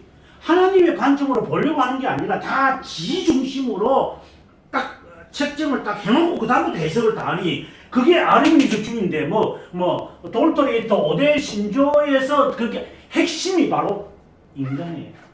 그 안에 지가 딱 앉아있어. 지가 모든 것의 출발은 지에서 출발해요. 모든 것은 출발해요. 내가 기분이 좋으면 좋고 기분이 안 좋으면 안 좋고 그 신념이죠. 신앙이 아니고 이건 하나님 중심인데요. 그래서 어제 지난주 설교 기도하실 때 장모님이 신본주의와 인본주의 말씀하시는 이건 인본주의, 이건 신본주의죠. 철학은 뭔데요? 인간의 입장에서 하나님을 보겠다는 아르미니스주의 핵심입니다. 그럼 소시니안주의는 소시니안주의가 인간의 입장에서 하나님을 보려고 하니까 이 사상이 어디서부터 오냐면 영지주의에서 오거든요. 초대교회에서 영지주의. 영지주의가 인간의 입장에서 바라보는 하나님이잖아요. 소시니안주의 인간의 입장입니다. 그러다 보니까 죄에 대한 이야기는 하지 않습니다. 영지주의와 같은 있는 사람들, 신념을 가진 사람들은, 철학을 아는 사람들은 죄와 상관없습니다. 교회 죄 이야기하면 안 됩니다. 사랑. 교회는 사랑이라, 하나님은 사랑이라 성경에 있잖아요. 요한일서 4장에 있는 말씀. 하나님은 사랑이라. 어디서 그거도 알아가지고 그런 이야기를 거기서 말하는 사랑은 인간적 사랑이지. 하나님의 아가페와는 전혀 무관한 사랑이라도 다 똑같은 사랑인 줄 아는. 그래서 인간에서 출발하다 보니까 죄에 대한 이야기를 언급하지만 한 번 했으면 됐습니다. 목사님 더 이상 죄 좀 이야기하지 마세요. 듣기 싫어요. 그 사람은 신념이고 신지학이고 철학을 신으로 섬기는 자연주의도 모르고 살아요. 그게 신앙인 줄 알죠. 장로지 집사하고 검사 무슨 소용이 있어요? 신학적으로. 지가 신념인지도 모르고 살아가는 자예요. 죄의 문제에 대해서 관심이 없는데요. 소신이주의가 그래서 죄의 문제에 관심이 없어요. 죄의 문제에 관심이 없다는 것은 어디에서 이것이 나오느냐? 그리스도의 제사장직에 대해서 관심이 없다라는 거죠. 그래서 이들은 아르미니스주의자들은 이들은 제사장직, 그리스도의 제사장직에 대해서 혐오감을 갖고 있어요. 자기 희생. 뭐 그런 게 있다. 자기 희생. 뭐 얼마나 자기 희생하라는 거야? 이런 지 이들이 다 그런 거예요. 이게 철학인 거예요. 에라스주의는 뭐예요? 인간에 대해서 인간이 다스릴 수 없으니 이거는 교회 정치를 말하는 거거든요. 교회 정치에서 나오는 용어예요. 장로교냐, 회중주의냐, 아니면은 감독주의냐, 아니면 에라스투스주의냐 이런 데서 이제 교회 정치에서 이제 이 이야기가 나옵니다만은 에라스투스주의는 뭐냐? 국가가 교회를 다스려. 교회가 어쩔 수 없다는 거예요. 우리 교회가. 지금 한국 교회를 보시면 알아요. 투가면은 국가가 우리 보고 뭐 어떻게 해달라고 지금 할 거예요. 한국 교회는 에라스투스주의로 가고 싶어. 이것을 청교도는 싸운 거죠. 안 돼. 에라스투스에 가면 안 된다고. 근데 지금 한국 교회는 자연스럽게 이렇게 가는 거예요. 이건 철학입니다. 지금. 한국 교회는 지금 벌점 다룬 겁니다. 철학을 하겠다는 거예요. 교회라고 하는 이름 그냥 본당은 그냥 교회당에 덜렁 해놓고 살지만 실제로는 안에서 에라스무스가 이야기한 것처럼 철학적 신인 그 여성이 우시기라 그러죠. 어리석은 여성이 앉아가지고 우복우복 절하는 세상이 되어버린 거죠. 에라스무스가 다 틀린 말을 한 건 아니죠. 옳은 말을 상당히 많이 했죠. 마치 루트나 칼빈 선생이 등장하기 전에 이렇게 발판을 잘 까신 분이라고 저는 생각해요. 그래서 참 고마울 때가 많아요. 로마 카드로 그대로 남아있어서 문제, 우리하고는 거리가 먼다는 것이지 실제로는 굉장히 도움이 돼요. 예. 왜 교회가 국가의 도움을 받으면서 국가가 우리를 다스리라고 그래요? 국가가 말을 하면 물을 떨어요. 이 교회들에게. 물론 국민의 한 사람으로서 의무를 행하는 거고 국가의 민력은 오늘 저희가 여기는 서울이 안에 좀 괜찮죠. 서울은요 오늘 와가지고 이랬다고 그래요. 저는 뭐 공부하고 있어서 몰랐는데 아마 좀 더 심한 조치가 있으니까 다음 주부터는 예배 드리지 마세요. 지가 뭔데 예배를 드리라 말하 그래요. 이것들요. 얼마나 교회가 거짓된 교회들이 많아가지고 했으면 교회가 이러한 그 예배를 드려야 말아야 하는 것까지도 국가가 간섭한다면 이것은 선배들 앞에 우리가 얼마나 잘못하고 있는가. 그러니까 뭐 저는 뭐 그 자체가 들어도 싸다라고 생각이 들어요. 하도 교회들이 이상한 짓거리를 많이 했기 때문에 국가가 볼 때는 우리가 우습게 보이죠. 저거 바이러스 옮기는 근거 외에는 아무것도 안 보이는 거 이게 신성 불가침이라고 하는 교회라고 하는 신성이라는 개념은 전혀 없어요. 그냥 카바레라든가 음식점과 똑같이 취급해 버리니까 이것들이 그만큼 당해도 싸죠. 이거 하도 가짜배기 교회와 거짓 선지자들이 판치고 있는 세상이다 보니 그것도 우리가 받아야 하는 또 져야 하는 십자가로 생각이 들어서 말은 듣지만 속으로는 기분은 안 좋아요. 예배 드리란 말아. 그리고 만약에 드리다가 걸리면 300만 원 뭐 때린다, 뭐 이랬다, 엄포도 공갈 핍박까지 하고, 그리고 한번 저희 교회도 집합 금지 명령 내려가 2주 동안 예배도 못 봤어요. 그래가지고 오늘 오신 그 집사님 가게에 가가지고 앉아서 예배 봤어요. 2주 동안. 그러다 이제 2주 지나면 끝나니까 또 다시 예배 보고. 그래서 다음 주를 또 예배 보지 말하면 또 우리는 다시 또 보따리 사자. 야, 숫자가 적으니까 얼마나 좋은지. 숫자가 많으면 그거 들어갈 장소가 없어요. 모르지. 그 장소까지 만약에 없으면 혹시 모르죠. 또 사랑 가득에 와가지고 연합 예배 뭐 그렇게 하면 돼. 숫자가 많으니까 이것도 귀찮은데 하나님 숫자를 적게 주신 것도 감사하다 하는 생각. 기동력이 있잖아요. 예. 미리면 딱 쓸 때, 미리면 없을 때 그때 다 자가용도 있으니까 자가용 다 타고 쫙 모여. 예, sir. 쫙 뭐. 에라스투스주의 여러분, 이러한 세 가지가 모여서 청교도와 대립하고 있었어요. 그래서 청교도들은 이것이 안타까웠던 거예요. 이게 들어오면 안 된다. 그 뒷면에는 이런 것들이 같이 동반하고 있었고 여기서 이걸 만들어지는 것은 청교도들은 아직 깨닫지 못해요. 누가 깨달았는가? 나중에 조나단 에드워즈가 이 사실을 정확하게 파악했죠. 왜? 그 사건들을 다 보고 그분이 18세기 초에 이제 그분이 1703년에 태어나기 때문에 이제 청교도의 시대가 끝나고 태어나시잖아요. 그러니까 이 변화되는 모습, 계몽 사상에 대하여 이 조나단 에드워즈와 같은 분들은 충분히 반박할 수 있는 뭐 지식도 있었겠지만 시대적 배경 자체가 멀리서 바라보면서 그러니까 멀리서 바라본다는 것은 뭐 대서양을 떠났다는 말이 아니라 이 시대를 쭉 살펴볼 때에 이거 정말 위험한 계몽사상이구나 해서 이분이 하나하나 이제 지적하면서 비판하는 게 그래서 그의 글이 주옥 같은 게 그 때문인 것이. 그래서 우리가 그걸 봐야 그 다음에 일어나는 18세기 이후에 일어나서 지금에 이르는 답을 적어도 그분을 통하여 조금이라도 조명하지 않을까. 이래서 사람들이 신학자들이나 개혁 신학자들이 이제 조나단 에드워즈의 책을 이렇게 보려고 이제 하지요. 근데 죄송하지만 교회 사가라서 바라볼 때는 not enough. 아직은 만족하면 안 돼. 그 다음에 또 있어요. 조나단 에드워즈 시대가 18세기가 끝나고 난 다음에 교회는 어떻게 되기 시작해요?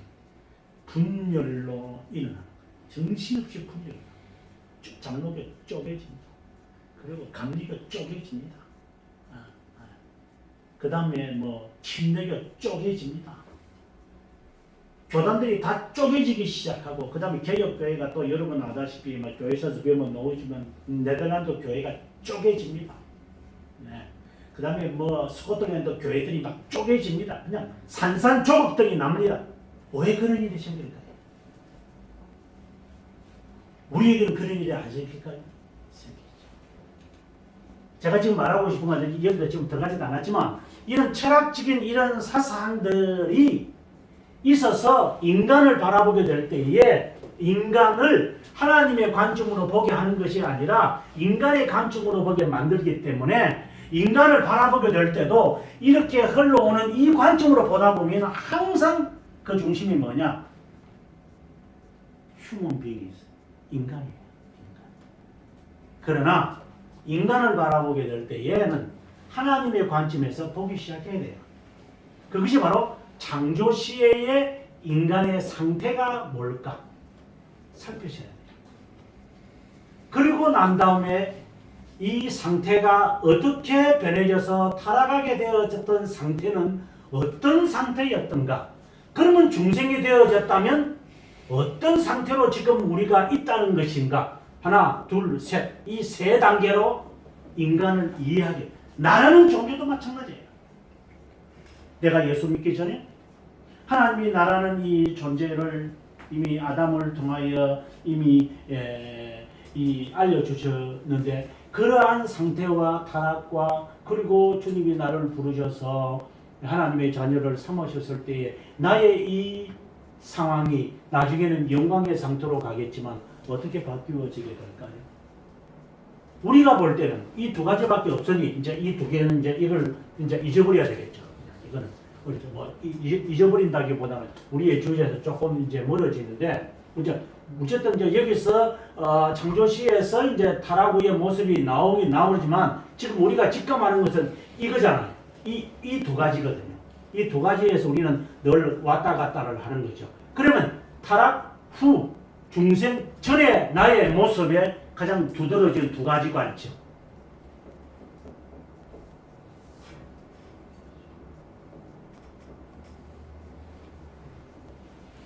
이기성과 성급함, 섣불리 무르게 하지 마라. 섣부른 확신, 이기성, 자기중심. 항상 앞서도 말씀드린 철학적 관점이지만 무서운 겁니다. 이기주의. 이기주의와 개인주의를 혼돈하시면 안 됩니다. 이기와 개인은 다릅니다. 개인의 자존심 어디 갔는데 그거를 이기심하고 다릅니다. 이기심이라고 하는 것은 욕망입니다. 욕망. 자기를 가지고 모든 것을 다 판단하겠다.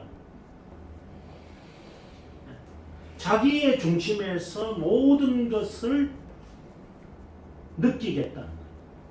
심지어 하나님 아까 말씀드린 철학적인 하나님까지도 내가 보는 하나님을 나는 묘사하려고 합니다.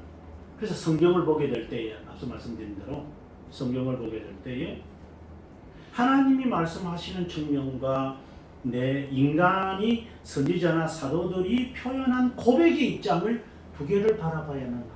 그걸 만약에 놓쳐버리면 성경은 해석하기가 오리무중에 빠지고 만다. 더덕더덕 붙이는 조각밖에 안 돼요. 오늘의 말씀 이해가 되는데 다음 말씀하고 이렇게 연결을 시켜야 됩니다. 이게 연결이 안 되는 거예요. 왜?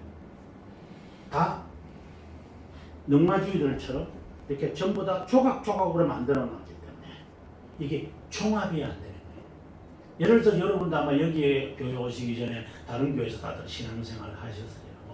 다른 교회 신앙생활을 하지 않고 갑자기 여기에 새신자가 된 분도 있는지 모르겠지만 되게 개혁교회 찾아오시는 분들은 새신자는 좀 부담스럽잖아요.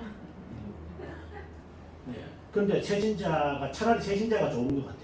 괜히 그 부신자가 내가 잠깐 보여줘 고집이 좀 세기도 하면 그게 있었던 그것이 물론 사람마다 다르겠지만 제가 볼 때 일반적으로 말하면 자기가 어릴 때 했던 그 구설이 여전히 남아가지고 계속적으로 그거 가지고 어떤 교역자들의 태클을 걸고 넘어뜨리고 중요한 교회는 이래야 되잖아요. 교육은 이거는 교육 아니에요. 이런 헷갈리는 말들이 막 나오니까 제가 이건 목회를 해봐서 하는 이야기지 목회를 안 해보면 이 말도 몰라요. 이게 목회를 해봐야 돼. 제가 신앙을 해보면 느끼는 거예요. 목회를 안 하니까 이게 구름 잡는 이야기만 하고 앉아가지고 당신이 그렇게 말한다고 해서 성도들이 자라가는가 보자. 성도를 자라나게 하기 진짜 어려운 거야. 목회를 해보면 합니다. 여러분도 신앙생활을 제 오기 전에 하셨다면서 전제를 했을 때 여러분 어떤 면에서 자랐어요? 이게 아니구나라고 하는 측면을 말하는 게 아니라 어떤 측면에서 여러분들은 성장을 했다고 보시는 거예요. 그 담임 목사가 그 담임이 그 목사가 어떤 측면에서 저 사람이 나를 케어를 해가지고 정말 도제하는 식으로 이렇게 키워서 이렇게까지 이르렀다고 보시고 거의 대부분이 어느 교회든지 간에 예외 없이 그냥 들판에 내놓고 그냥 물 주면 자라잖아. 그 말은 어디서 주워와서 우리가 콩나물입니까? 지정의를 가지고 있는 이성을 갖고 있는 존재지 어떻게 그 콩나물하고 나를 비교를 하면서 그렇게 말하는 사람이 저는 참 마음에 정말 무책임한 사람이다. 그냥 앉아 있으면요, 그냥 다 됩니다. 그냥 다 들었다가 잊어버려도 성령이 깨닫게 하십니다. 왜? 성령이 선택된 자에게는 하시겠죠. 네. 하나님이 유기된 자에게 기억나게 하실까요?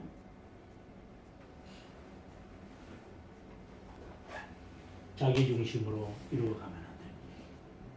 이기성, 성급함, 이게 어디서 나옵니까? 이 근본이 의지입니다. 의지에 있는 겁니다. 아르미니우스 주의는 그러죠. 의지는 타락하지 않았다는 거예요. 아르미니우스의 돌드레이트 시조 아마 여러분 공부하고 계시는 것을 알고 있는데 여기 보면 이들이 반박하는 글이 나와요. 우리가 반박하는 그런 내용을 보면 아르미니스주의자들은 의지는 타락하지 않았어요. 그리고 하나님의 예정은 하나만 있는 게 아니라 다양하게 나타나요. 하나님은 그랬다 저랬다 이런 아르미니스주의 제가 책을 읽으면서 읽어보면 이건 이제 돌트레이트가 아니고 제가 책을 읽었기 때문에 더 잘하는 철학을 하고 있어요. 철학.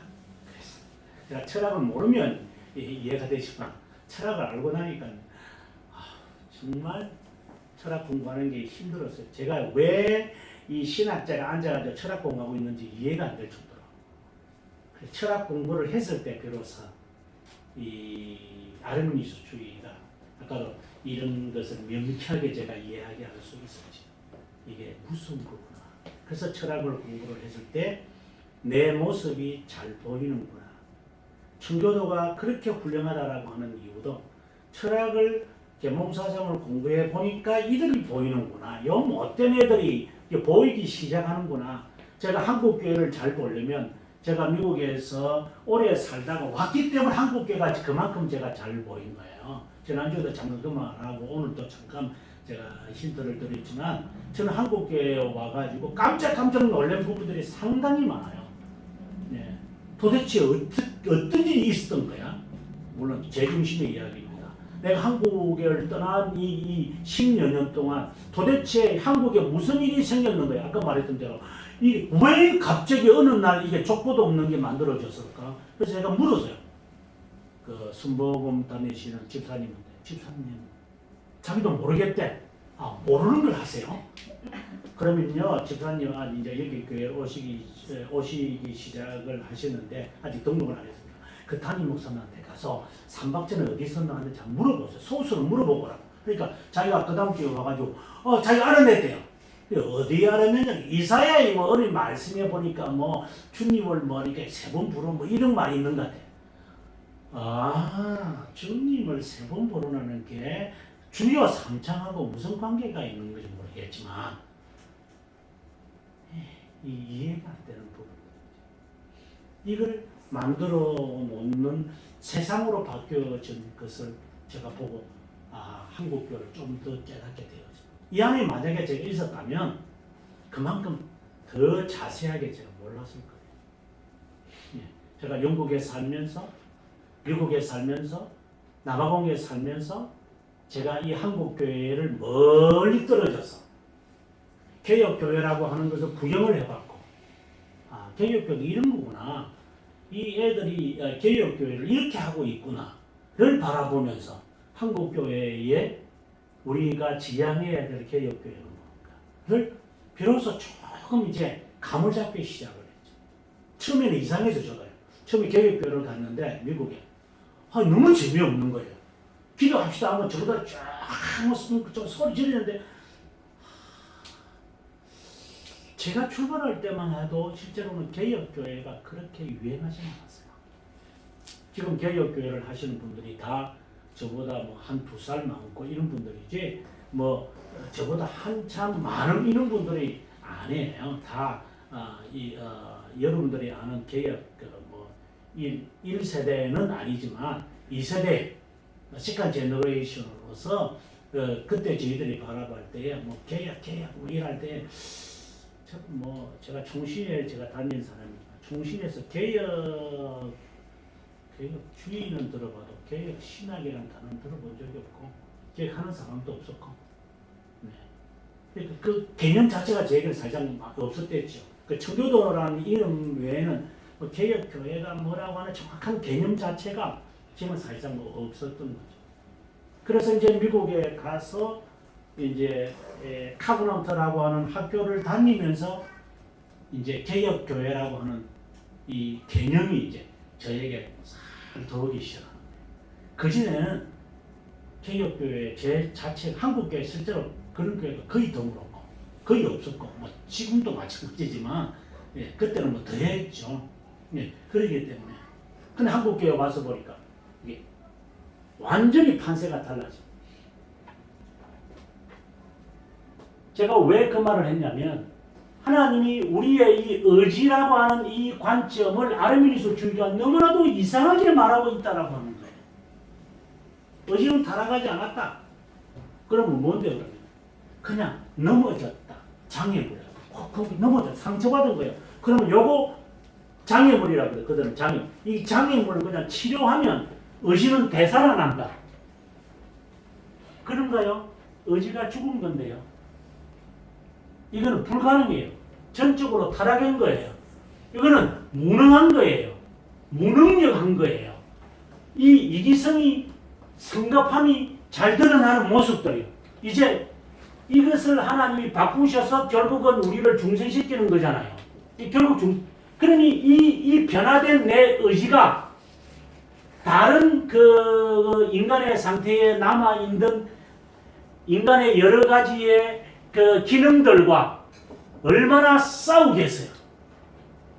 내 마음은 하나님을 향하여 있지만 내 상황은 나는 여전히 죄에 속해 있어요. 타락가 가운데 있으니 나 자신도 힘든 거예요. 아까도 말했지만 내가 태어날 때부터 저는 개혁신앙이 아니에요. 여러분도 마찬가지잖아요.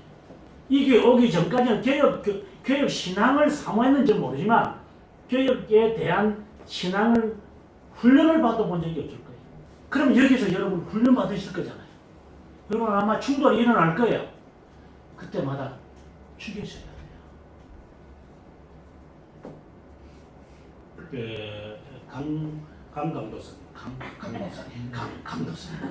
강도사님 그 가운데 이런 게 하나 있더라고. 어제 처음 저는 페이스북에 들어가 보니까 개혁 신앙이 가장 바른 신앙이다. 그래서 너무 좋다. 저도 동감합니다. 개혁 신앙이 가장 바른 신앙. 그래서 나는 개혁 신앙이 좋다. 바르게 살려고 한다면 개혁 신앙이 택할 거다. 저는 그렇게 글을 씁니다. 그럼 다른 교회는 다 그런 말이 아니에요. 적어도 바르게 신앙생활을 하고 싶은 마음이 있다면 개혁신앙을 택합니다. 개혁신앙에서 가르쳐주는 게 너무나도 좋다. 근데 여기에 하나의 조심해야 될 게 한 명이, 잠깐 제가 여기서 신념을 말했지만 혹이나 개혁신앙을 여러분에게 제가 높아심에서 하는 이야기입니다. 개혁신앙이 진보하고는 다르다는 것을 기억하시기 바랍니다. 우리는 진보는 아닙니다. 저는 제 책에서 그 개혁신앙이다라고 하는 제가 책을 썼는데 그 책을 쓰면서 1장에서 이런 것을 제가 개념 정리를 하고 있습니다. 우리는 진보는 아니다. 진보적 성향을 가진 사람들이 개혁교회 안에 들어오는 사람들이 가끔 있어요. 굉장히 헷갈리죠. 그러니까 진보와 개혁의 차이는, 진보는 체제를 바꾸겠다는, 확 뒤집어 엎자 이 말이잖아요. 우리는 뒤집어 엎는 게 아니잖아요. 개혁이지. 개혁이라는 건 바꾸는 것도 아니잖아요. 바꾼다고 해서 바른 신앙이 되어지, 세상이 바꿔가지고 되어지는 게 하나도 없어요. 이 세상에서. 앞으로도 그럴 거예요. 우리는 바꾸는 사람이 아니고 뒤집어 엎는 사람도 아니에요. 우리는 날마다 새로워져 가는 거예요. 날마다. 말씀에 사모해서 이 말씀이 말하고자 하는 거, 아까 말씀 제가 우리가 예레미야가 3장에 있는 말씀처럼 아침마다 새로우니 주의 성실하심은 큽니다라고. 이 새로움을 날마다 우리가 맛보고 싶은 거예요. 그래서 오늘 하루가 고마운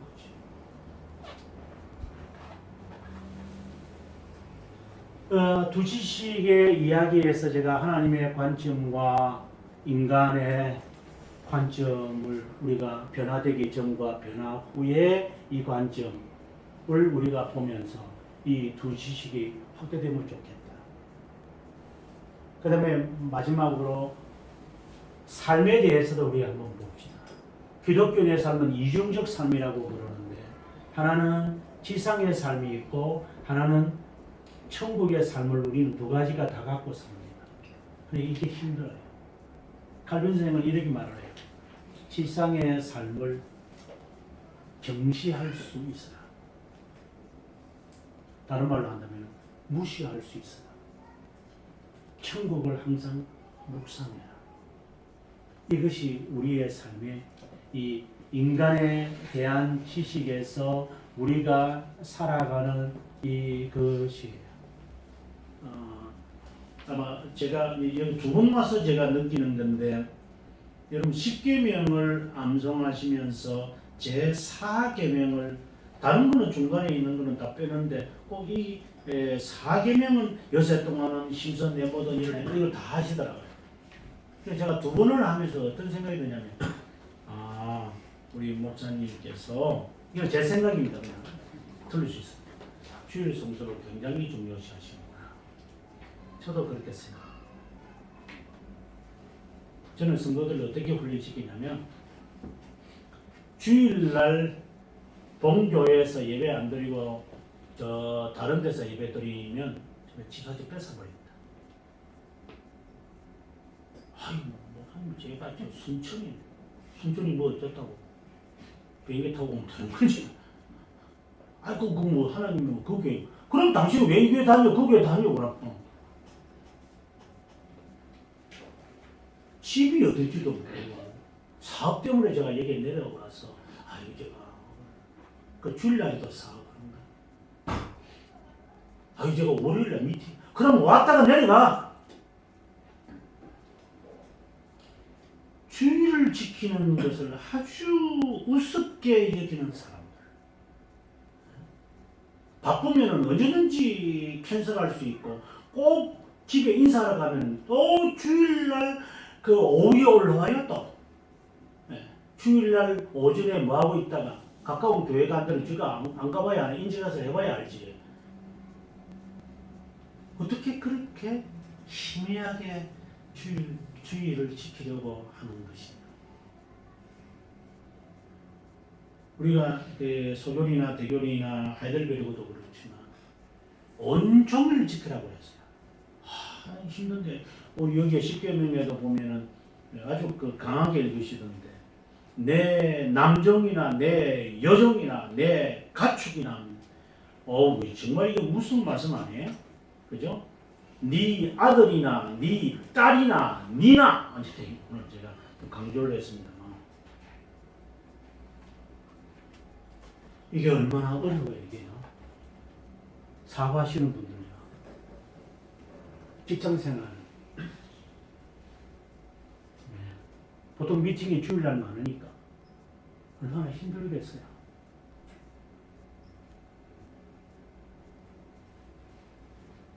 하나의 싸움일 거예요. 주일날 되면 아마 여러분 피곤하시잖아요. 저희도 마찬가지 5-5시간 저희도 공부하니까 주일날 되면 저도 녹초가 되고요. 성도들도 녹초가 됩니다. 그래서 바카스 D를 마시고 안 마시면 오늘도 제가 버티려고 바카스 D를 마시고 왔습니다. 그래서 집에 가면 이제 녹초가 돼가지고 그냥 잠자다가 한 9시 동안 다시 일어나가지고 다시 이제 주일에 연장선상에서 이제 다시 제가 준비하고 이렇게 합니다만 그러나 마음은 기뻐요. 육신은 피곤해요, 실제로. 어떤 날 찬송 부를 때는 하루며 그래서 막 뒤로 막 바람이 눈 사이로 막 바람이 그걸 제가 느껴요.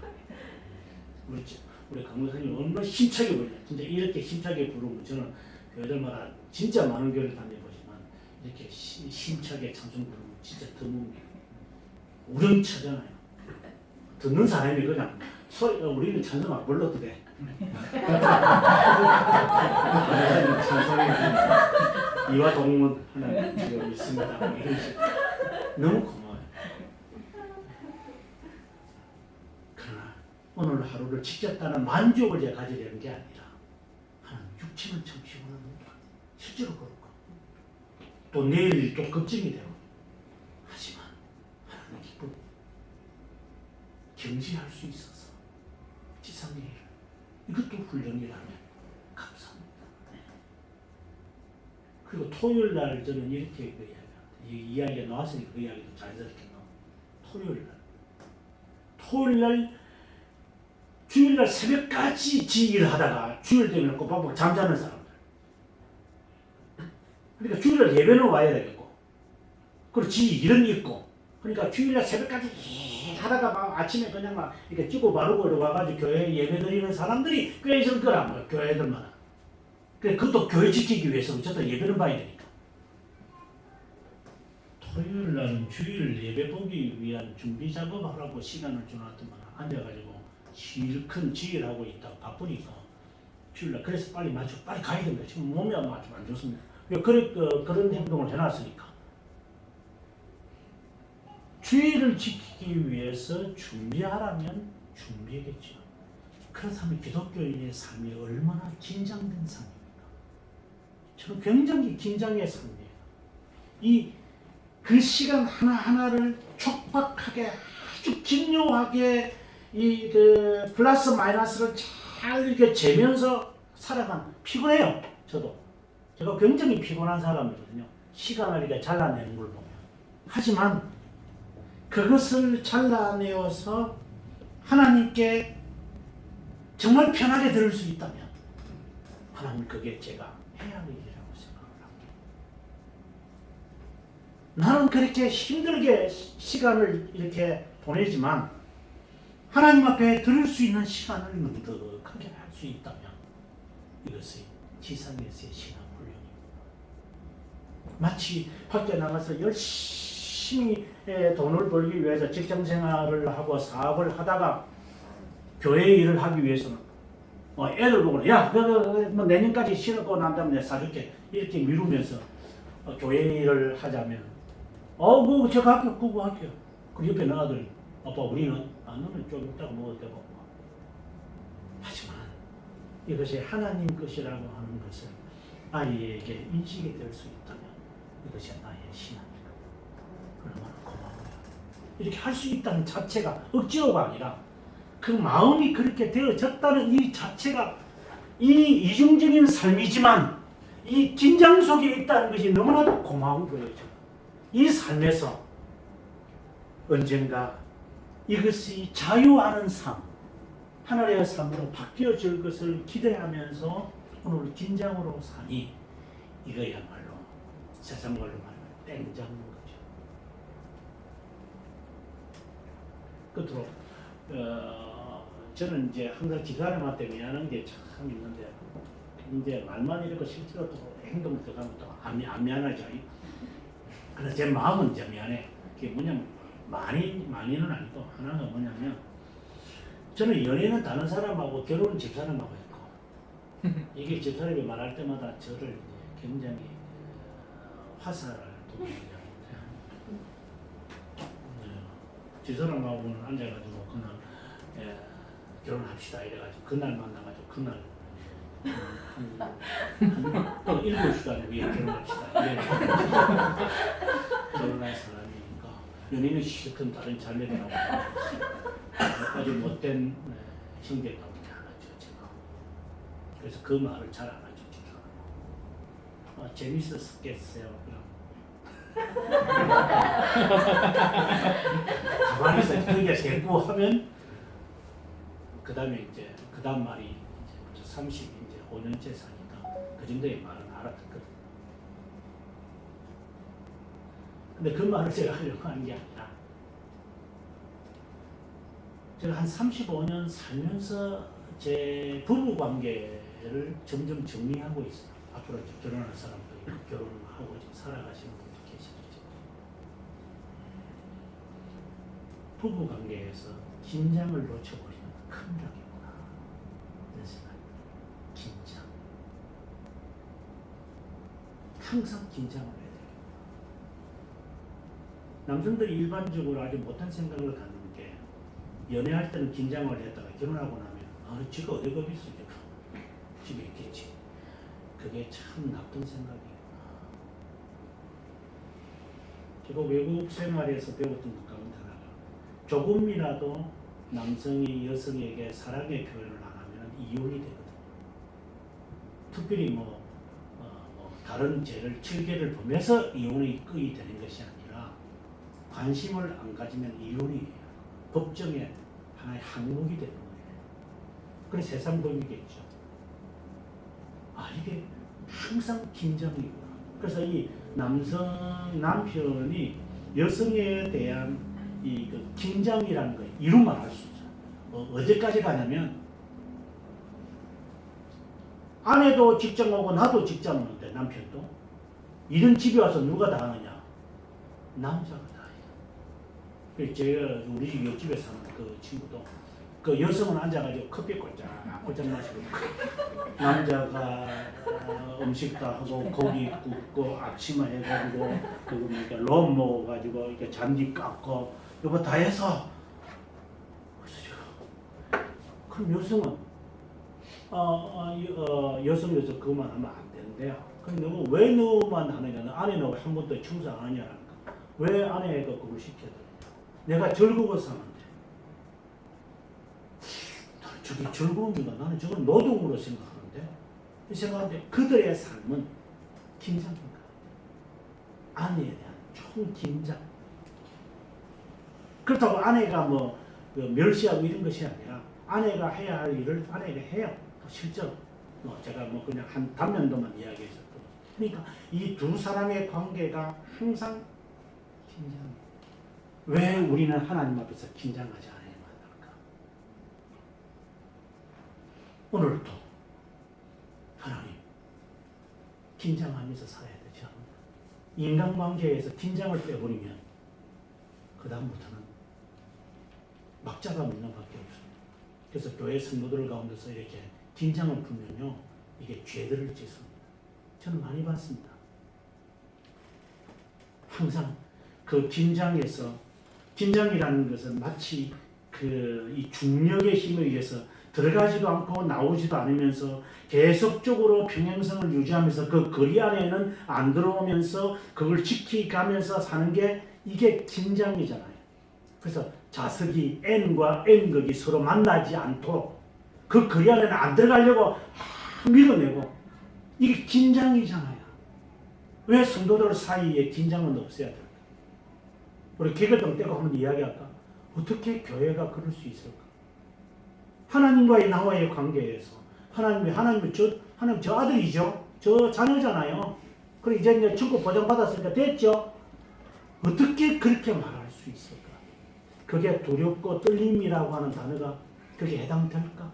항상 긴장 속에 있으나 항상 주님 구원이 불확실하다는 게 아니라 확실하다면 그만큼 사랑한다면 그만큼 중력을 지키고 긴장하는 그게 그 사람을 위하고 나를 위한 거지. 그러니까 다 훌떡도 다 터버리고 한번 살아볼까요?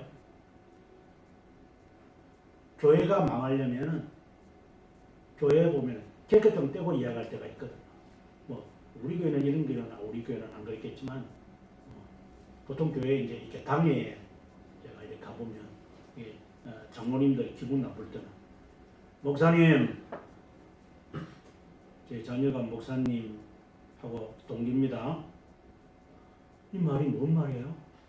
개그 좀 떼고 이야기하자는 거죠. 그러니까 하지 마세요. 이 말을 아주 무섭게 무슨 2조 500년도 아니고 앉아가지고 이런 식의 살벌한 이런 긴장을 하라는 거지. 살벌한 분위기를 만들어서 이것이 과연 교회의 모습은 아니고 주님과 나와의 이 긴장이 있어야 삶 속에 우리의 신앙을 끝까지 유지할 거예요. 생동감피하게. 그러려면 다시 말씀으로 돌아가서 죄죽이기와 영살이기가 지속적으로 나는 영살이기에 단계에 들어갔다. 그렇게 생각하시면 안 됩니다. 항상 죄죽이기, 영살이기, 죄죽이기, 영살이기 이 긴장에서 들쳐버리면 안 돼요. 들쳐버리는 순간 나는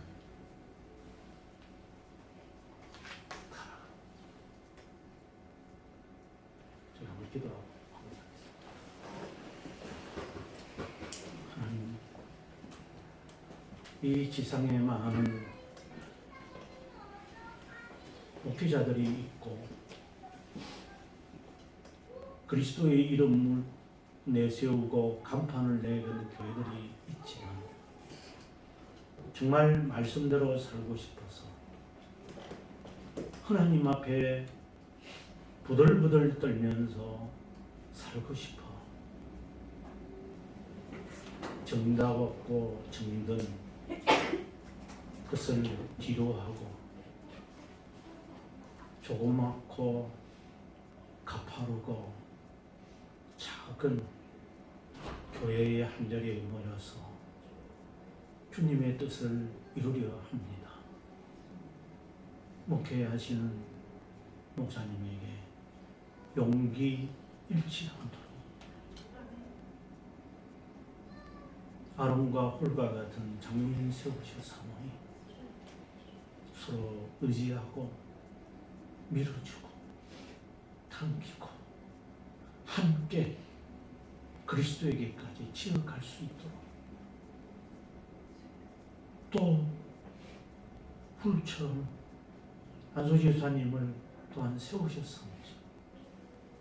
머리를 맞대면서 하나님의 말씀에서 우리가 얼마나 떨어져 있을까, 얼마나 근접하며 살아가고 있을까 너를 의논하고 또 가르침을 배우면서 항상 긴장 가운데서 조금이나마 아직도 알지 못하는 교만이 우리의 삶 속에 도사리고 있을까봐 이것을 찾아내고 싸우고 그리고 아침마다 새롭게 하시는 하나님의 그 은혜에 자소해서 위로를 받게 하옵소서. 아멘. 주님 오실 때까지 사랑 가득한 교회가 참 충성하여 아버지. 내가 충성하였기에 나와 함께 영원토록 함께 누리자 복된 교회가 되게 하실 것을 확신하옵고 끝까지 우리를 사랑하시는 예수 그리스도의 이름으로 기도합니다. 아멘.